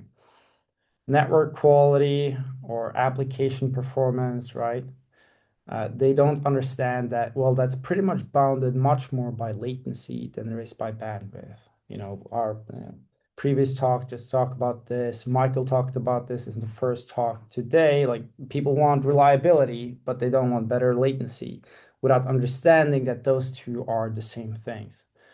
But one of the foundational things we've seen is that application performance and network quality, therefore, it is basically latency. And I will go more into this. And the second point I want to make here is that application quality and network quality is really, really complicated. So we have to be a bit clever. And that's why I have to go a bit into technical details about how we fix this. It is complicated, really, really complicated. And the third thing is that I think this, again, the theme, like most people just do not understand latency measure at all, and certainly not how they relate to app performance. So let me just start digging a bit deeper into all of these.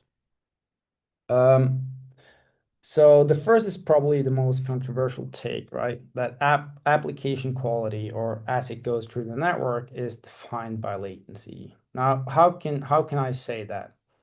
Well, as an application is running, actually all the dimensions of network quality can be captured by latency distribution. And if you don't know, like a distribution is just a summarizing of how things happen over time.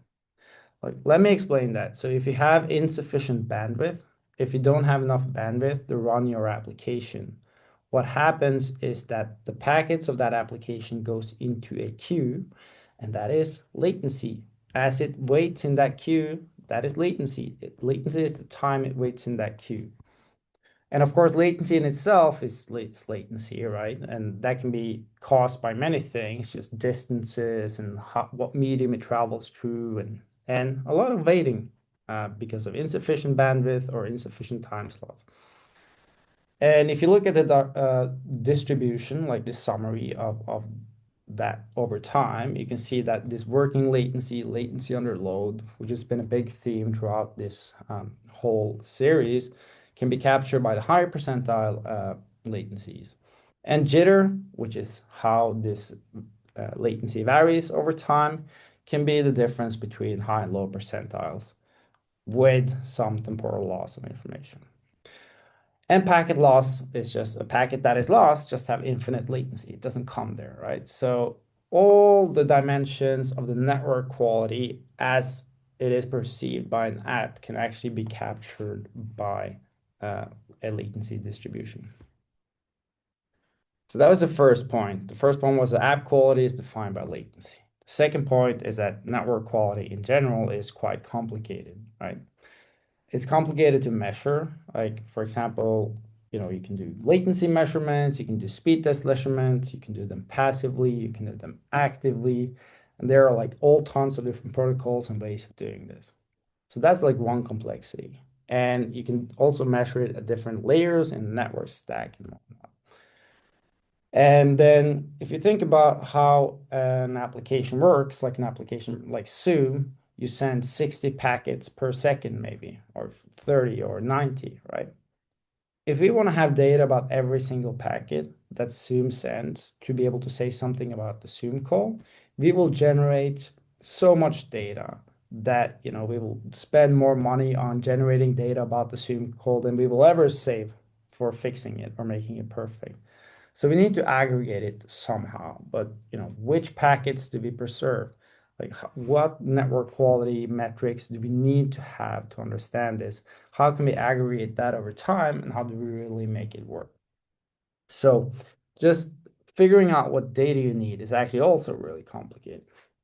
And lastly, but probably the most complicated thing at all, are how applications respond to different network conditions. Now, like if you build an app like Zoom or any other internet connected app, you have to build it so that it works in almost all network conditions. So there's an entire industry of people that spend years and even decades on trying to figure out how do we best adapt to poor network quality, changing network quality. And they do optimization. They can change things like frame rates and how often they send packets per second and codecs and whatnot and whatnot.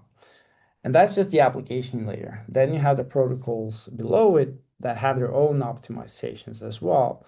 And you can go even deeper and look at how different network technologies does optimization. So say you want to sit in a network and figuring out how applications are working, you have to reverse engineer a lot of layers of optimization and trickery.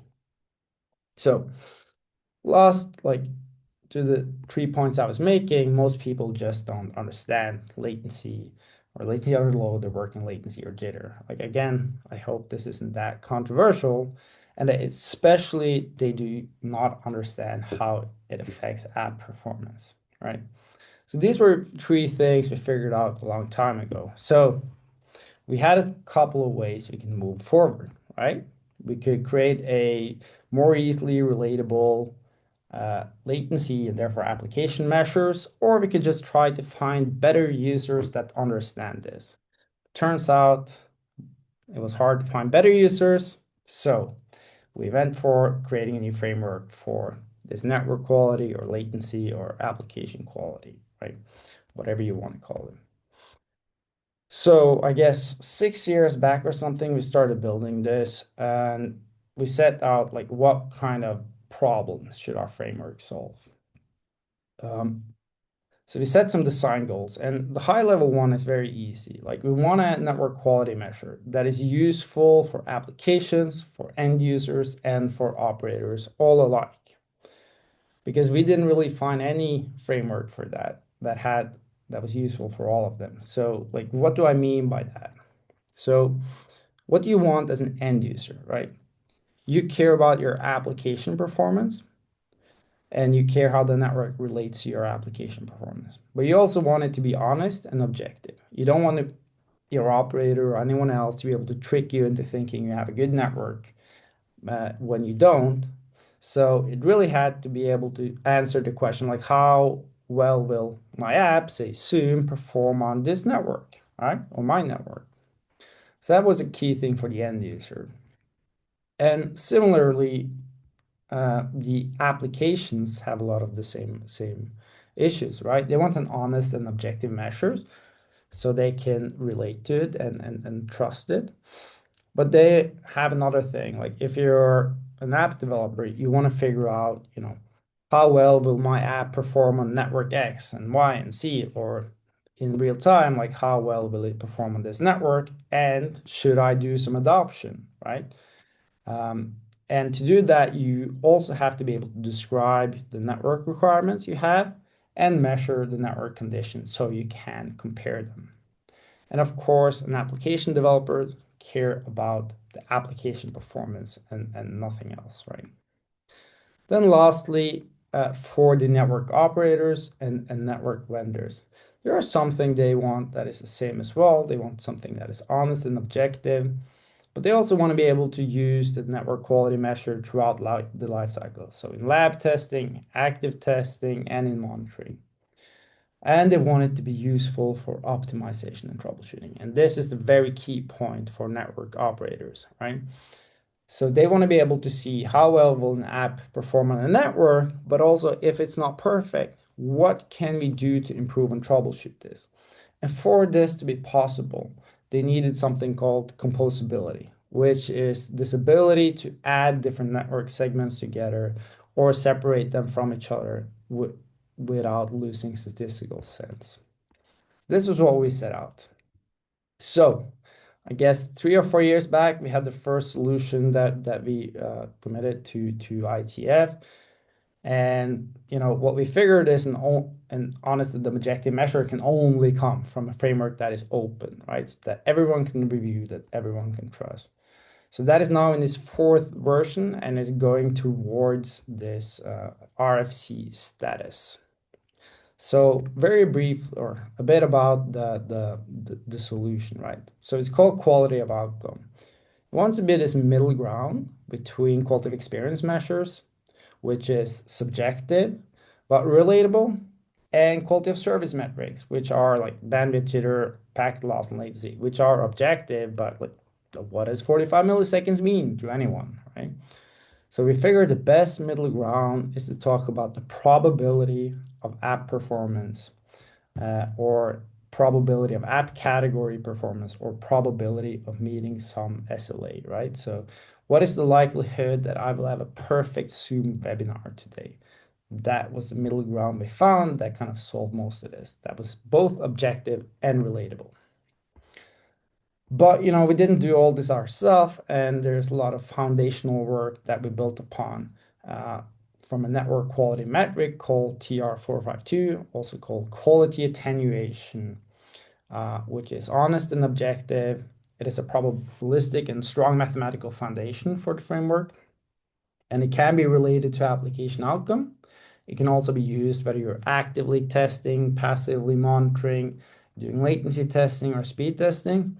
And this very important thing for the network operator to be able to troubleshoot the network, it is composable, right? So we can measure, for example, a Wi-Fi network and an access network separately and add them together to get an understanding of how the end-to-end network quality will work if you add those together.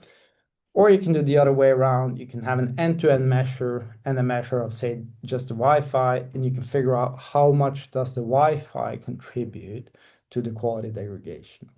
And this means that a network operator can isolate different segments, figuring out what the problem is there and how much doing something will improve the network quality there. So I'm running out of time, so I'm just going to go very, very quickly through the formula, but basically it's a defined way of how do you measure the network quality and how do you set up network requirements. So for example, you can set up a network requirement for a Zoom webinar, say it needs 5 megabits per second, but it also needs 90% of its packet to arrive within 100 milliseconds and 99% within 150 milliseconds. And you can add as many as data points as you want. And if it's better than that, you know it's perfect, right? And then you also set a separate requirement, which if it's worse than this, you know it doesn't work at all. And then we make some assumption on linearity and we calculate this probability between them. But like it's all in the ITF documents. You can go and read it in your own time, but that's the gist of it.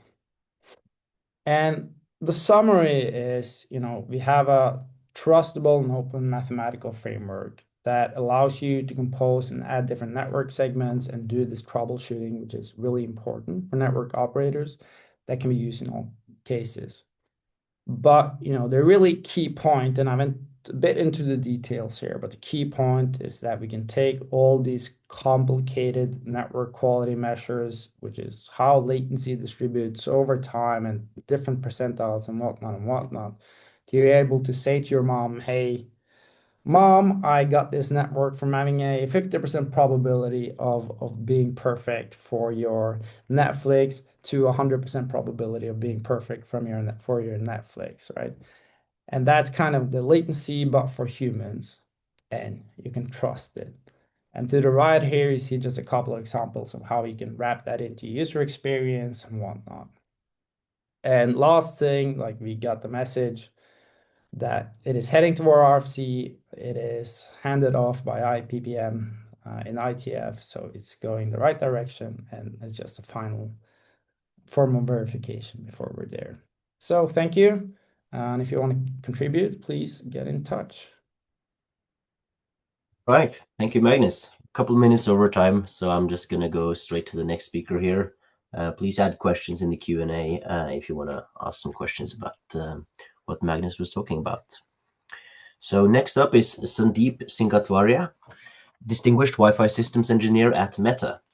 Sundeep is a seasoned, customer-focused technology leader with extensive experience across wireless, cybersecurity, and wired infrastructure, and a recognized thought leader in both operator and privately managed networks. So Sundeep, welcome.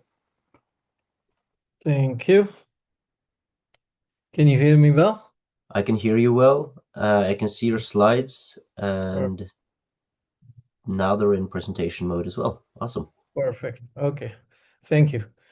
So the title of my presentation is a little bit different than what I have traditionally done over many years, which is basically build operator service provider network that were mainly focused on lease line and enterprise networks. So for the past many years, we have been working at Meta on improving the residential broadband network. I'm part of the infra team here at Meta, and the goal of our team is to essentially improve the quality of experience. I know we talked a little bit about it in an earlier presentation about quality of experience, but we have very well-defined metrics, the way we measure quality of experience for our family of application. And also our devices, and what I mean by devices is the reality lab devices, whether it's glasses or any other form factor that we are coming up with. So with that, I'll go to essentially agenda what I want to cover in this presentation, which are two topics. One is that essentially what are the problems that are there in residential broadband networks? And one of the problems that we have noticed over past 1 year is that the priority inversion problem that we see with EDCA and Wi-Fi, right? So this alone can essentially make the application experience pretty bad. And then the second part of the agenda, what I have for this presentation, we will talk more about some of the solutions that over the past 3 or 4 years we have deployed with operators in different parts of the world where we have seen meaningful improvement in the QA experience of those operators. So with that, let's dive right in. So this probably, some of this might sound pretty familiar to most of the people here. This is something that we all know, that we typically, in most part of the world, we have a single CPE that sits within a home. And if you look at the WAN side of that CPE, either we have a PON, coax, or increasingly FWA connection as well. So we have multiple different connection types on the WAN side.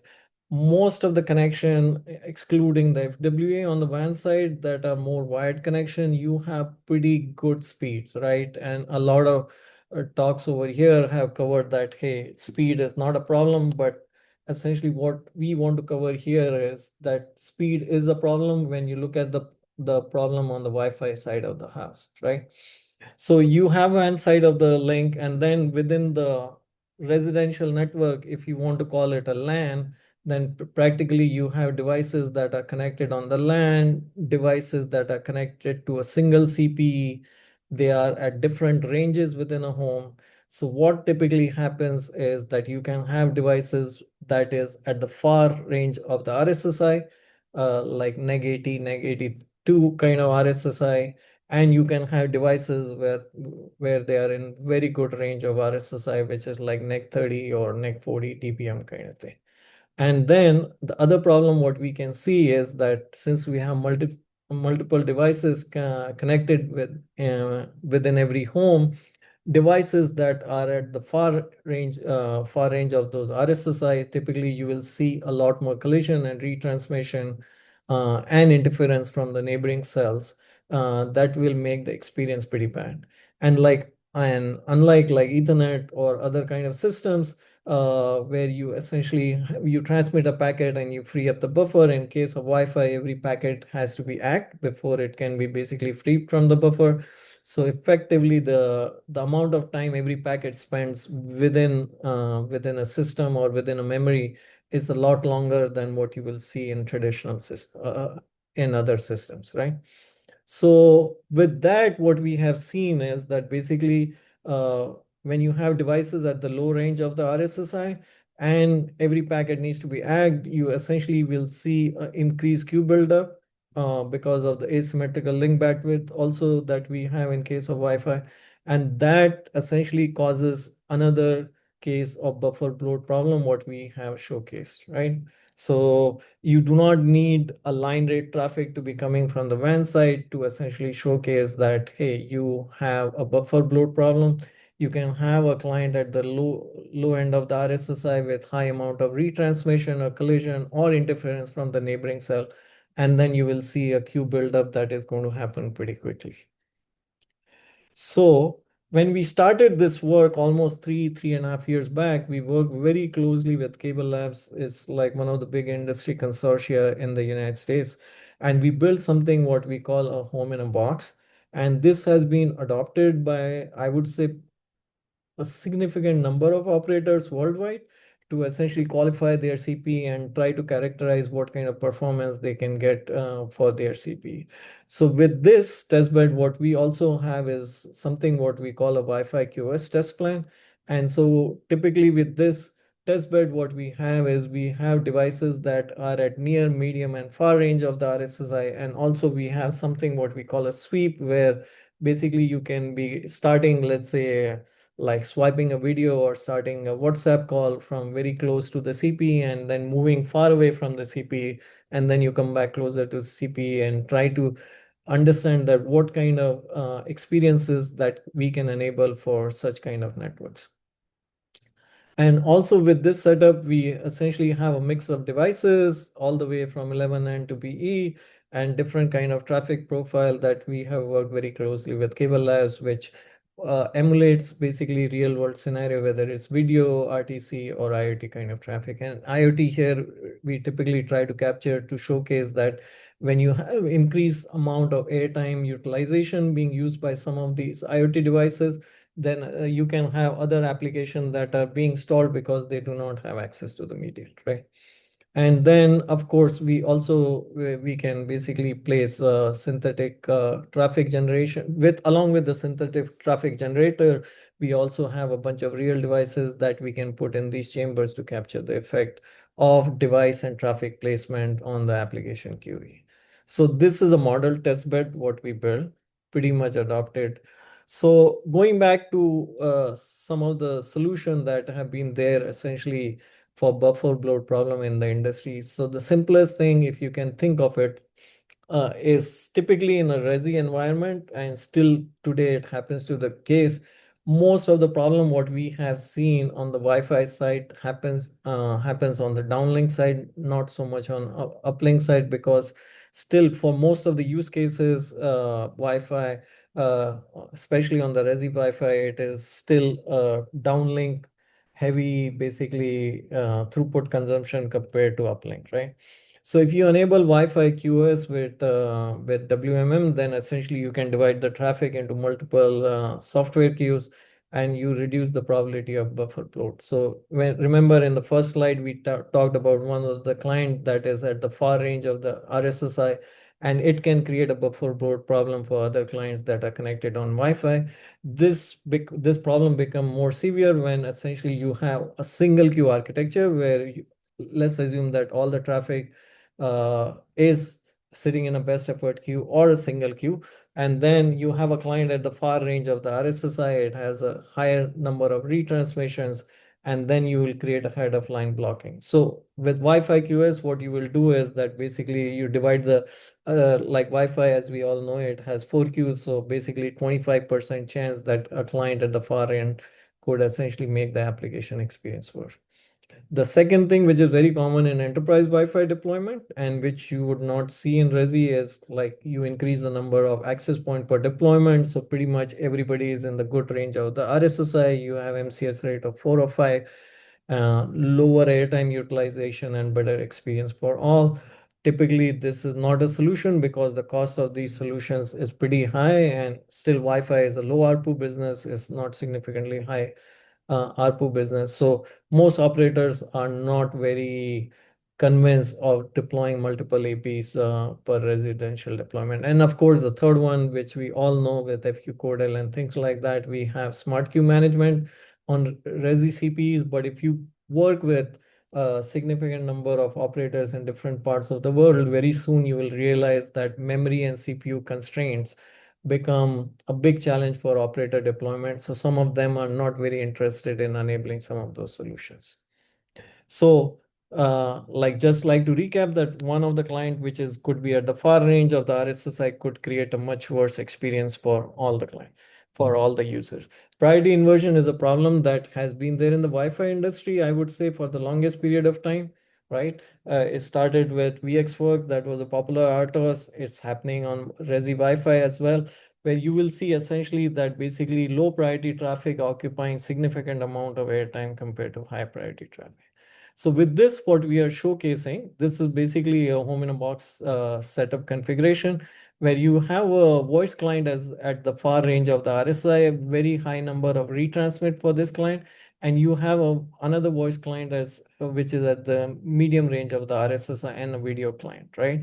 So what we see here is that the client, which is basically at the medium range, because it has the less number of retries, it should have transmitted maximum number of packets. But as you can see, it has the least amount of packets because of the head of line blocking that you see on the voice queue.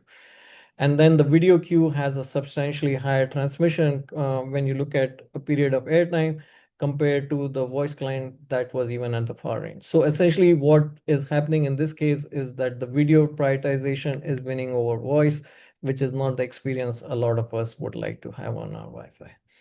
So enabling Wi-Fi QoS, that multiple solutions have existed in the industry for for a long period of time. This is basically a list of solutions that we have worked with operators in different parts of the world. One is the client assist solution, and pretty much everyone here must be familiar with L4S. So typically the client is marking L4S traffic, and with that, essentially you get prioritization end-to-end network, assuming that there is no bleaching in the network. Right. The second solution is operator control, which is basically operator has some kind of DPI engine within their network, and all the OTT apps that are near and dear to the operator network, they are going to prioritize those apps, and those DSCP marking translate into Wi-Fi prioritization, and you get a much better experience. The third one is AP assist, where basically you will have the DHCP tagging, the DPI engine running on the access point itself, and basically you prioritize the traffic, so you do not rely on any of the network element to make those experience better for you. And then the fourth one is the SCS, MSCS based solution, which is still not very popular in the industry, but is getting there. So one of the things what we have done working with some of the large operators, especially here in the US, is something called a DSCP 45 solution. So DSCP 45, if you will, is essentially one of the good things about DSCP 45 is essentially, instead of calling it a best effort internet, I would like to call it a better effort internet, because as we all know that DSCP works very well within a trust boundary, right, of an operator. But the moment you cross a trust boundary of operator, like you go from domain X to domain Y, the same DSCP value within an operator bound across the operators can have different meaning, right? And there is no standard body that we have in the industry right now that can enforce end-to-end DSCP value. The only code point we all know works beautifully all the time, every time, is basically the best effort, because that's what the internet is built of, especially basically if there are no operator SLAs that allow them to carry some kind of DSCP mark traffic from one operator to another. So DSCP 45, if you will, is basically the first dual personality code point, where the per hop behavior on the backbone of the operator can be best effort, but if it comes to the last mile within the DOCSIS network, it can have a non-queue building treatment, and same treatment can happen on the Wi-Fi network. So the congestion points that you have in the network, you can essentially reduce the latency and jitter on those networks, and thereby you can provide a much better experience. The other thing what we have worked with a significant number of operators in different parts of the world is basically the high band, which allows us to migrate a significant number of users from 2.4 to 5 gigahertz. And you'll be shocked that the number of operators we still have in different parts of the world where they have multiple SSID, and you will see even 70 to 80% of their residential broadband customers being connected on 2.4 gigahertz compared to 5 gigahertz. So what we have been proposing with a lot of operators in different parts of the world, that, hey, unify your SSID across 2.4, 5, and 6 gigahertz, and enable 11 kVR, which allows to basically for the access point to send unsolicited PTM requests, where the access point will tell the sticky clients on 2.4 gigahertz that, hey, if you do not move to 5 gigahertz, I'm going to disconnect you. So most of the clients, whether it is Android or iOS, listen to these messages pretty well, and they move to 5 gigahertz pretty cleanly. Now, as we all know that 5 gigahertz, you have lower latency, higher bandwidth lanes, so you get much better experience. Now, I'm just showcasing here for one of the operator. If you look at the midpoint of the RSSI percentile, right? In 2.4 gigahertz, if you can essentially move these percentage of the user that are there essentially on a very good RSSI. So even if we take NEC 55 as a threshold where we can send the 11V messages, you get a much better experience for the user. Otherwise, they will be stuck in those 2.4 gigahertz lanes.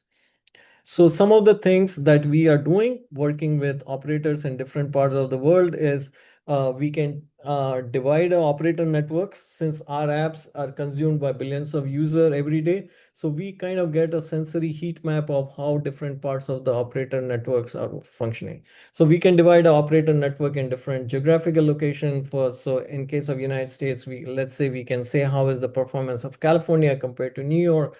and then we can provide that feedback back to operator to decide, for them to decide whether the CPs are not the best one they are using, or it could be like a lack of a feature or enablement of a feature in different region, and then basically do a pre-post performance analysis. Now, the last thing what I wanted to cover here is that basically based on the home in a box robotic framework, we also build a robotic framework that allows us to generate very high efficacy synthetic data that we use for like training our algorithms, especially for our family of application, whether it is calling WhatsApp or it is Reels calling. We try to understand that how do different applications behave under different Wi-Fi condition, and then try to optimize the bandwidth estimate. So one of the things what we are doing here is we used to have bandwidth estimate algorithm, that what kind of bandwidth can we get from the network, and based on that we'll decide what kind of call quality we can provide for that user. So now the bandwidth estimate, thanks to all the advances what we have in machine learning, some of them are, instead of being based on what you call parametric, they are becoming more and more based on machine learning framework, where basically instead of 2 or 3 parameters, you have like 10 or 15 parameters that are basically being input to decide that, hey, what is the best bandwidth estimate we can get for the algorithm. I just going to take like 10 more seconds and wrap it up. So this what this provides is a very good understanding of how under different Wi-Fi condition you can optimize the machine learning based algorithm to provide the best experience for the end users. So I covered like a potpourri of different topics, but essentially I want to highlight that all the different things we are doing here at Meta to improve the residential broadband networks, to improve the quality of experience for our end customers. And that's about it. I can take any questions if there are any. All right. Thank you very much, Sundeep. I think there are a few questions in both the chat and the Q&A tool, but we're a bit over time, so please answer those questions in writing. Okay, sounds good. Thank you. And next is Tim Evans, Principal Engineer at Cisco. Tim is a seasoned network engineer and software developer with deep experience across large enterprise and service provider environments, contributing to internet routing, measurement, and real-time media performance. So Tim, please begin. Okay, I'll turn my video on here. It does say video is disabled by the host, by the way, but that's okay. All right, so I'm going to go over what is CNIS and does it improve quality of service and the experience. So often the network is typically blamed for when there's a problem with any type of quality issues. So if there's loss, latency, or anything that happens, including failure to connect or any type of what would be perceived as network issues, then the network is blamed. And typically that goes to the service operators of the service that you're trying to connect to, and then they're stuck having to deal with that problem. So they have to rule out the issue, they have to identify it, they have to understand the application. And if it is a network issue, they have to find out exactly what their problem is, and then they have to resolve it. And all of this they have to do while clients and customers are waiting for this to be resolved so that they can experience better quality. This causes a bottleneck within the network operators and engineers, and it causes frustration for many people. Now, the network folks, for what they have available to them, is they typically use passive monitoring tools, so IP flow, net flow, S flow, things like that. And they monitor at different places in the network, and typically that's a sample-based monitor. And from that, they also take in probes like path traces and synthetic probes and things like that, and they try to collect that data, and then they try to represent what the application would be experiencing. And this falls short because of protocols such as LightQuick and other protocols that are multiplexing using encryption. These passive monitoring tools can't really monitor what's really happening within those applications. So like in the case of Quick has streams, and streams can be, especially if you're going through a relay or a load balancer, you can actually break them out and send them completely to different destinations. And that visibility is hidden from the network folks. So they don't know what's going on, and they're completely blind to this. So they have very limited tools to be able to troubleshoot and actually see what's happening on the network. So CNIS, which is Client Network Information Service, is a service that is for the network side of it with a network focus. So it at its core, it has the network topology, and it gets that information from BGP. And that includes the link state topology as well, so the interior routing information. So the complete layer 3 topology is known. And then from that, apply on top of it the application metrics. If we take application metrics instead of just the passive metrics, we can actually get inside the application information. So we can see what's happening at a per stream level. And at a quick perspective, Quick provides actually a lot of metrics that you don't really get with TCP and UDP by itself. But we get like SRTT, we get loss information, where we get extreme visibility at the protocol layer. That information is known by the application. And if the application can admit that information to a service, then we can overlay that to the network. And we can start to triangulate and put network metrics and visualize what the application is experiencing, but with the topology. And we also add in the metadata information as well. So we have to put in like our PKI, the internet routing registry information, geocoding. We put in all kinds of information, including within networks, routes are tagged using what's referred to as communities. Those communities actually mean something, and it means something to the network folks. And if we can use those communities by overlaying that with the application metrics, we can provide a better visibility into quality throughout the network. So at the core of CNIS, what it does is it takes in the application data among all the other data sources and normalizes it through a service API, and then applies the network topology to it. And it does that at point of time. So the topology changes constantly, and you can have flapping links or other outages or whatever that's causing the topology to move around. So this is a point in time thing. So as the metrics come in, the topology is recorded at that point in time. So we can go back and trace exactly what was the topology at that time based off of the quality metrics that we're seeing.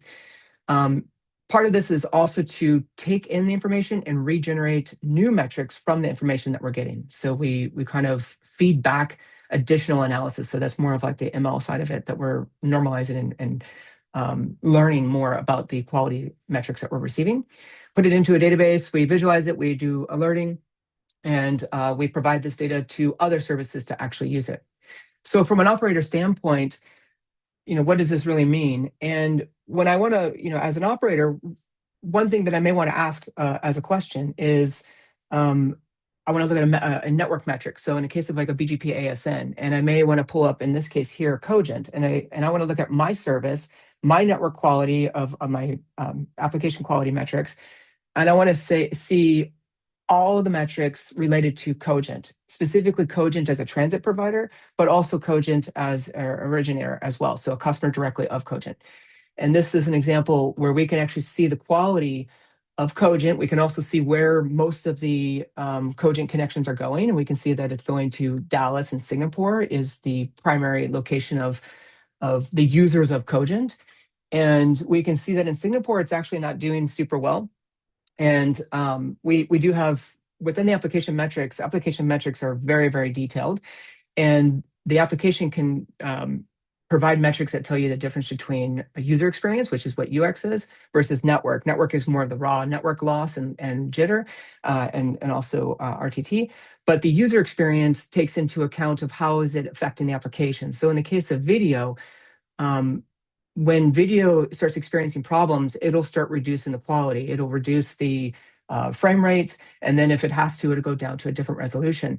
That ultimately is a bad user experience. We don't really want to do that. We want to give you 1080p from the if we can, and if we can't, we have to start degrading the quality, and that's reflected in the user experience. Now, as we degrade the quality of the video, it starts to improve the quality of the network. So it's kind of a balance. You'll start to see that the network will look better when in fact the network is not better. It's just that we dealt with it by reducing the user experience. So we're looking at both here, and we can see that in Mumbai, the network is actually really bad and the user experience is not as bad. And that's basically just because of the fact that it's audio and we can only degrade certain things. We can't really degrade audio from a user experience perspective. All we can do is concealment.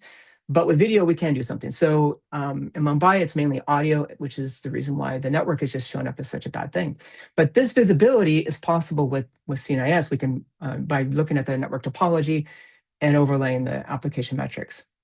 So as we kind of drill into this a little bit more and we say, well, what is going on in Mumbai? We can see exactly, and this is sorted by the worst of the worst, but we can see which prefixes, client prefixes, are the worst here. Now we can kind of see a trend. It's Vodafone is the one that's really here, and this is pretty common that we see in India anyways, is that the signal is not as well in some of the areas. So it just has some pretty bad quality, and you can see the quality is pretty bad here. We can see the loss that we're experiencing, and we can see that there is a pretty poor experience, and I'm pretty sure these people are probably not super happy with their quality. But we can visualize this, and we can start to narrow down. And with the topology, we can actually narrow it down even further to find out if it's caused by a specific router or link and whatnot.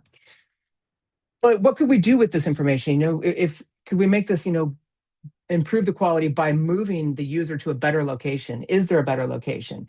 And sometimes there is, and sometimes there isn't. We have a client factor, which you can see on the far right-hand side. The client factor is how many client connections are coming in from those IP address ranges that we're seeing within the topology. And the higher the client factor, the more trusting that we can trust the metrics, because it's not just one bad user or bad actor that's reporting bad metrics. Instead, we have multiple clients all reporting the same thing. So we want to have a good client factor that will allow us to build our trust model. With that, we can see that if we place, in the case here on the first entry that you see, it's placed in Dallas. And the quality is pretty bad going to Dallas. And it says that we should have placed it in Mumbai. And had we placed it in Mumbai, the score or the quality for them would be far better. So if we kind of drill into that, we can drill a little bit more and see what does that really mean for this quality.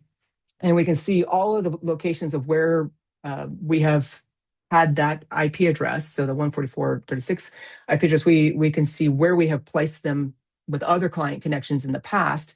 And then we can see what the performance was for those. And with that, we can start to improve our selection by saying that we should pick Singapore or Mumbai as the preferred location for this IP address.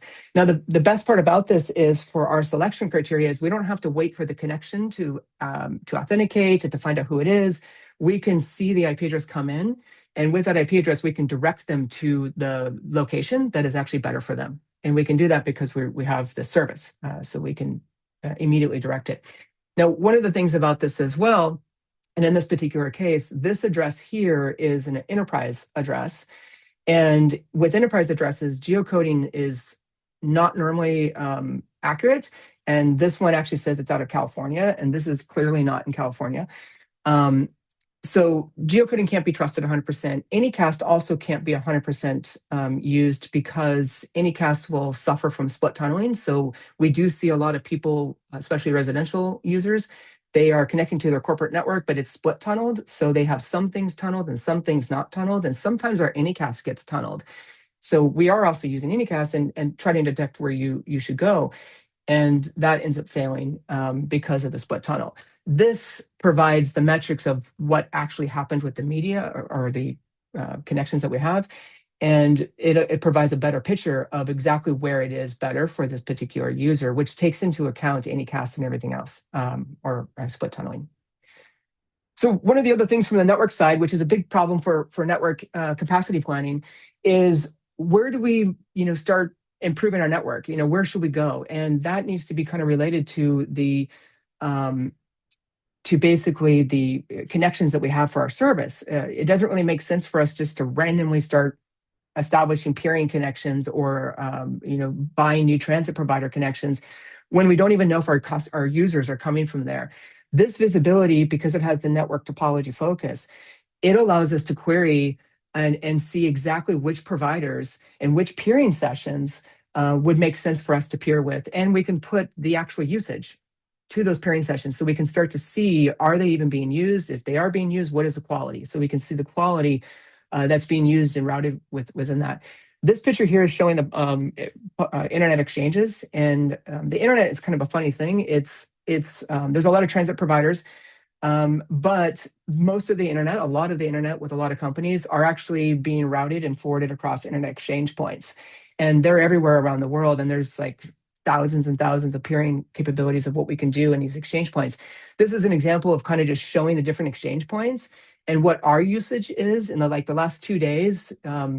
The usage number here are minutes. It's each one of our metric samples from a client is a minute sample.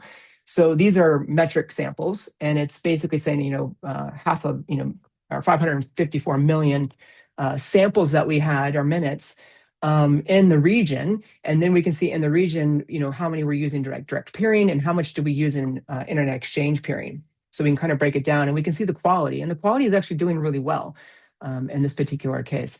We can kind of see, we can drill down into the actual exchange. The one below shows Equinix Ashburn, which is in Virginia, East Coast US. And we can see from there, like all the individual peering connections that are available there. And we can see, do we peer with them? We have an analysis that says, should we continue peering or should we not continue peering?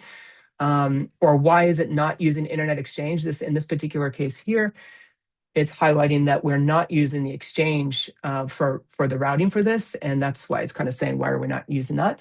So we can kind of have an analysis. So capacity planning is a key factor of what we're using with this data. And that's pretty much a quick little overview of CNIS and how we're taking network topology data and we're putting application metrics to provide better quality and visibility and improve quality by feeding that back into the applications so that the application service, so that they can start making decisions based off of that past information that we're getting with the quality on the client connections. All right, thank you very much, Tim. We are a little bit behind schedules. I think we'll move to our next speaker. And if people have questions, please submit those in the Q&A tool. All right, our next and final speaker of this year's event is Eric Bertrand, Executive Director of Product in Comcast's Connected Living Group, responsible for the end-to-end connectivity experience in the Xfinity app. So Eric, over to you. Hey, thanks. So I'm Eric Bertrand. I own the Wi-Fi experience in the app. So my job is to kind of make all this understandable to customers that don't really care that much about kind of the details of how their internet works, just that it does work. So my goal today is really to explain how we've been thinking about exposing internet performance to our customers and how we plan to evolve it. So in the past, if I had a problem, one of the only tools available to a customer, right, to check if their connection was good is they run a traditional end-to-end speed test, right? Think of like an Ookla speed test. That's great. It kind of tells me, if I'm getting good speed or not. Speed is clearly not everything anymore. 10 years ago when you had one Ethernet wired device into the modem, this was a pretty good proxy for your internet. But as we moved into like gigabit speeds world, the speed delivered to an individual device is very different from the speed delivered to the gateway, right? So we introduced the gateway speed test. So this was the ability to kind of test the speed directly from the box. And then, if you have those two tests in separation, you can say, well, if this one's slow and this one's fast, well, then the speed must likely be an issue with the speed on my Wi-Fi, right? A little bit hard for customers to understand. We tried to explain this. If you go to speedtest.xfinity.com, you'll see like what's the difference between the speed to your house versus the speed to device, what can affect the speed to device, etc. But the other thing we saw was that the device you use and the band it's connected to makes a huge difference, right? So here's kind of an iPhone 4. It only has, 2.4 gigahertz. So it's getting a max speed of about 50 megs. As the devices get faster, you can kind of see the speeds going up and up. And like with Wi-Fi 7, we are seeing a few tests in like the 2000 range. But then again, you kind of see the distribution between the 2.4 gigahertz band and the 5 gigahertz, and then kind of 6 taking over at those higher gig plus speeds. Again, we try to explain this to customers, right? Like you might buy 2 gigs of speed, but if you're testing from your phone, here's kind of typical speeds you can expect. And I think we had some success in driving down calls and getting customers to understand what was good. But again, that relies on the device in your hand being able to run a speed test. And then, customers aren't always having problems on that phone. So like, what about the rest of the network? So here's where we kind of introduced Wi-Fi Blaster, which tests the speed of the Wi-Fi to all the devices in the house. And now we kind of have an accurate picture of the quality of the links, at least, to every device inside the home. And this is how we kind of brought it to life. This is an example of our app. You can click run a whole home test. First, we check for, outages across the network. Introducing that outage check really helped our customers understand that it wasn't like a network problem. And then we introduce kind of testing the speeds to their gateway. So here you can see, Comcast over provision. So typically this ends at above what you pay for.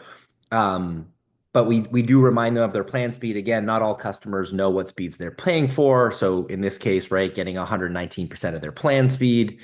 And then we roll into testing, we gather all the devices that are on their network, and then we test the speed to each connected device. Now, this is kind of testing speeds. It doesn't account for everything. It doesn't account for latency. So this is really good if you have a coverage problem. We're able to see that. And then the other thing we did is we adjusted it based off of what type of device you had, right? Because different devices require different amounts of Wi-Fi. So, full out, full picture. If you have a problem, mostly right now we're really good at detecting coverage problems. And then we tailored this to be unique by device, right? Because a Nest, will have a good Wi-Fi connection at much lower speeds than, say, my Xbox or my phone, right? So we did adjust what we call good Wi-Fi based on the device fingerprints. That being said, this is based on speed, and we do acknowledge that you might still be having issues. And I think that's where, those tips are relatively generic at this point, and where we would like to make this a lot better. We don't just collect speed. We do collect, the link speed, the RSSI, the channel they're on, the utilization factor. So we have a lot of data, but this is not a lot of data that our customers kind of understand. So we tried to give them a boiled up view. Hey, it should be good for all of these. The problem is, since we're not looking at latency and drop packets and other stuff, it doesn't necessarily mean you're having a great video chat. This basically says you have, strong signal and your speeds are good enough, but there are other factors. So, users don't consume devices. They don't consume RSSI. They really consume applications. Most of them don't understand what millisecond is versus megabits per second. They just know that, Netflix is working or not. So we needed kind of a new measurement that went beyond speed and just these Wi-Fi stats. So that's where I guess we're looking at quality of outcome now. And so what is quality of outcome? On the right-hand side, you have kind of the measurements, right? Just the hardcore, quality of service, latency, packet loss, like really statistics. On the other side, you kind of have the quality of experience, which is very subjective, right? So maybe I think it's great, maybe somebody else doesn't. So it's kind of unreliable. So what we think is this middle ground of quality of outcome, like what is the likelihood of this application working perfectly? It's both relatable and reliable. And so how does that work? At a super high level, the idea here is for each application, you can map back all the parts of the network basically to this latency and what percentage of packets arrive within a certain amount of time.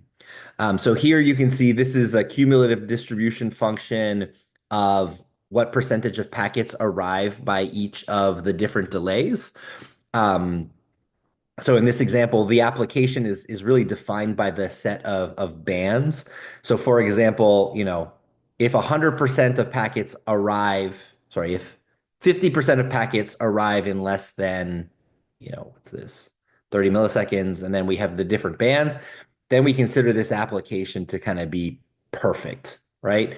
And again, you need 99% of them to arrive within 100% of 100 milliseconds. You need, 75 to arrive, sorry, you need 90% to arrive within 75 milliseconds, et cetera. And so, if you had an Excel file download, there probably isn't a lot of latency requirements. And then basically, depending on where your actual performance lands vis-a-vis the bands that you have set up, you can kind of give a single score that says, what's the likelihood that this application is performing well? And that's where the QoO score comes in. So what does this mean for our customers? I mean, now they have a single number that says, hey, my video call has a 94% chance of being great, or my, gaming session is only at 64. And again, this is honest and objective. I think we want to tune these parameters so that the lived experience of the customer, is most of the time reflective of their score. But again, I think that this is a much better measurement than we have now, which only accounts for just kind of the speeds that you're getting. For Comcast, again, it's objective. It has a mathematical foundation, and it's really decomposable. So what I really like about this is, this maps all of the problems that you can have into like a latency metric, right? A lost packet is essentially, infinite latency. Slow speeds just means you have, not, more of the packets aren't getting there in the amount of time that we need them. And then by, having latency distributions on the various links. So for example, we get a latency distribution for the Wi-Fi link. We'll ping, the CMTS to get a latency on the access. We can ping to the core, to the server. And with all of those different measurements, it's possible to start identifying, why are certain packets arriving late? Is it mostly because of congestion on the Wi-Fi? Is it mostly because the server you're reaching out to is really far? Is it, congestion in access, et cetera? So for us, this also lets us know, hey, is there something that the customer could do? Is this something that would happen on our side? And so again, having this be decomposable by root causes will really help, troubleshooting. We wanted to understand how our customers like this. So we did do a trial where we sent out routers that could run this, a pre-production version of this to volunteers. They used it. They had a dashboard that would show them the QoO scores that we were collecting for the applications that they were using. And they basically said, 86% said this, more accurately reflected their experience than just kind of like a speed test. They say, 100% thought it was better than speed test. And, 86% it was important that QoO be independent, and 86% would likely or very likely recommend the QoO tool. So, we're still in the early stages of this and trying to figure out how we show this. Did I just drop? No, we can still hear you, but the audio did something. Okay, it jumped. Yeah, I jumped to another screen for some reason. Yeah, so we're really early in this, but we do think that this measurement will be much better reflection. And I think, when you go to your internet app today and you just see a bunch of devices and maybe a signal strength, maybe you have some speed tests. I think going to the app to say, here's what's going on in my house, and here's how those things are healthy or unhealthy and what I can do to fix about it, really is kind of the future to help our customers really understand their Wi-Fi quality.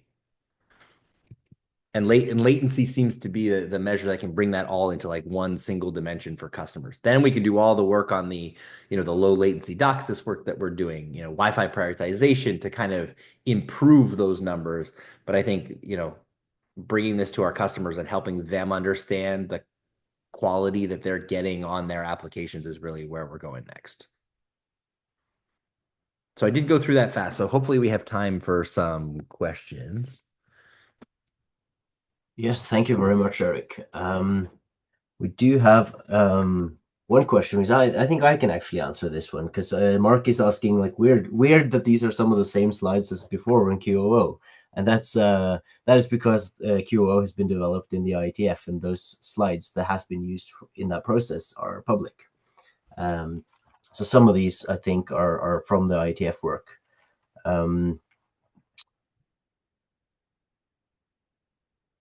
I don't know if let's see. I don't see any other questions in the Q&A.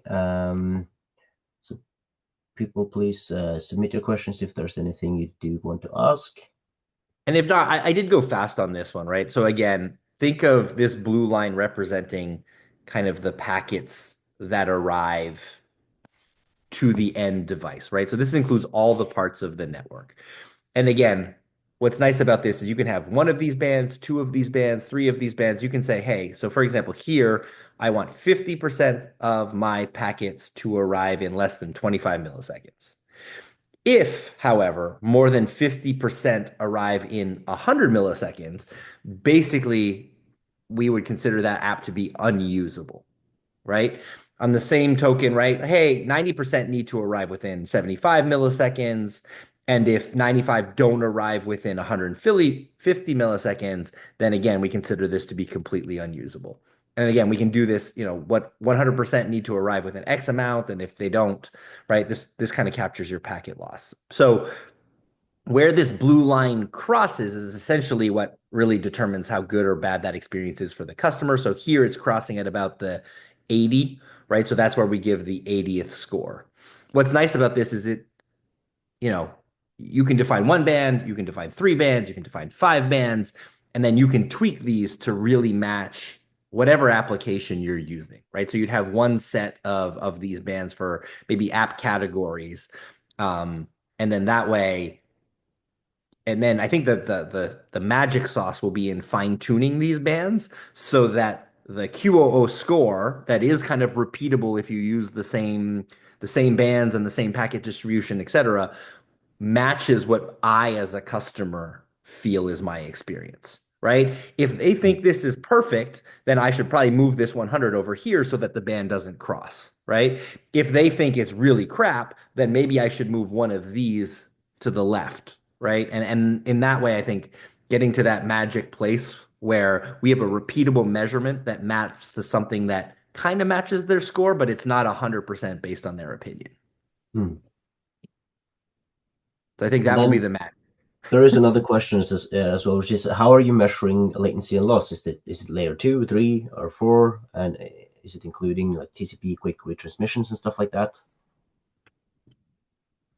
So I am the product guy. I do understand parts of it. So I know that we have modeled kind of on Wi-Fi what the typical distribution is. I know that they look at the SYN-ACK, whatever, that the handshakes that's set up to kind of look at the ones that are naturally occurring. There is also kind of active probing into various levels of the network. And so by using all of those combined, they come up with the CDF of the various parts. Yeah, I think in principle you could measure on any of those layers, but then of course the measurements, how you do the measurements matter for what the results mean. So like they have to, when you tune the QO thresholds, that needs to reflect or take into account how the measurements are being done. And you have to measure in a reliable way so that you get the same results every time and stuff like that. Right. I think what's nice about this framework is it's just taking a CDF. It is not imposing how you get to that cumulative distribution function. And again, I think through some convolutional math, you can say, well, hey, if I know the latency to this section is, the distribution to this point in the network is X, to this deeper part is Y, then we can kind of figure out which if both of them are combined, we can find out how much, the X section is contributing to the overall latency. Yeah. All right. With that, I think we're going to end. So just a few closing thoughts. So across these 3 days, we've looked at the problem from multiple angles. We've looked at standards. We've looked at mechanisms for measurement mechanisms for improving latency. We looked at the realities of getting all of these both measurement tools and mitigation methods and all of that stuff actually deployed in real networks. We looked at the end user perspective of how latency shows up as responsiveness or reliability for quote unquote real people, customers. And I think there's sort of a common theme that better latency isn't like there's no magic bullet. There's no single trick to this. It's engineering discipline across endpoints, Wi-Fi access, congestion control, operations, and then a sprinkle of measurements on top of that to actually capture the user experience ultimately, and making sure that is actually good. And so with that, I want to thank again all of our speakers for taking the time to prepare presentations and sharing the work that they're doing. And also thank you to all of you for tuning in and for asking sharp questions in the Q&A and in the chat.